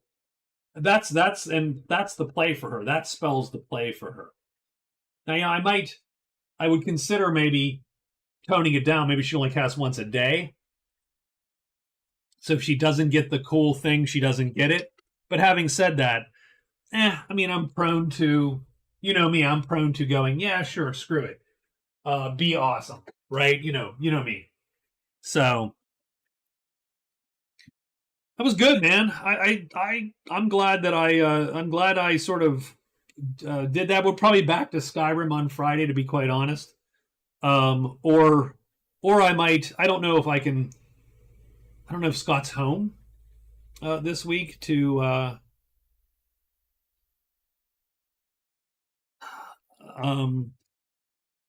So anyway, really good game, Rob. Thank you for sticking it out. You are probably um, you were probably the only person on. In which case, I'm glad you stuck it out to the end. We'll probably get back to Skyrim next on Friday, or try to get Scott to sort of hang out. But I don't know if he's in Friday evening to sort of do maybe a gaming chat with us. But I don't know if he's around. So we'll see. We'll see what Friday. I'm going to be on Friday at the very least, and we will do something. So thank you, Rob. Lewis, thank you, Raven. It was good to see you, of course. Scott, I don't know if you're in. We'll talk to you. Victor, always good to see you. Everyone who sticks around on these Magic Realm videos, I appreciate, of course. And I will talk to you all later on in the week. I'm going to try to maybe get one thing posted tomorrow, a vid.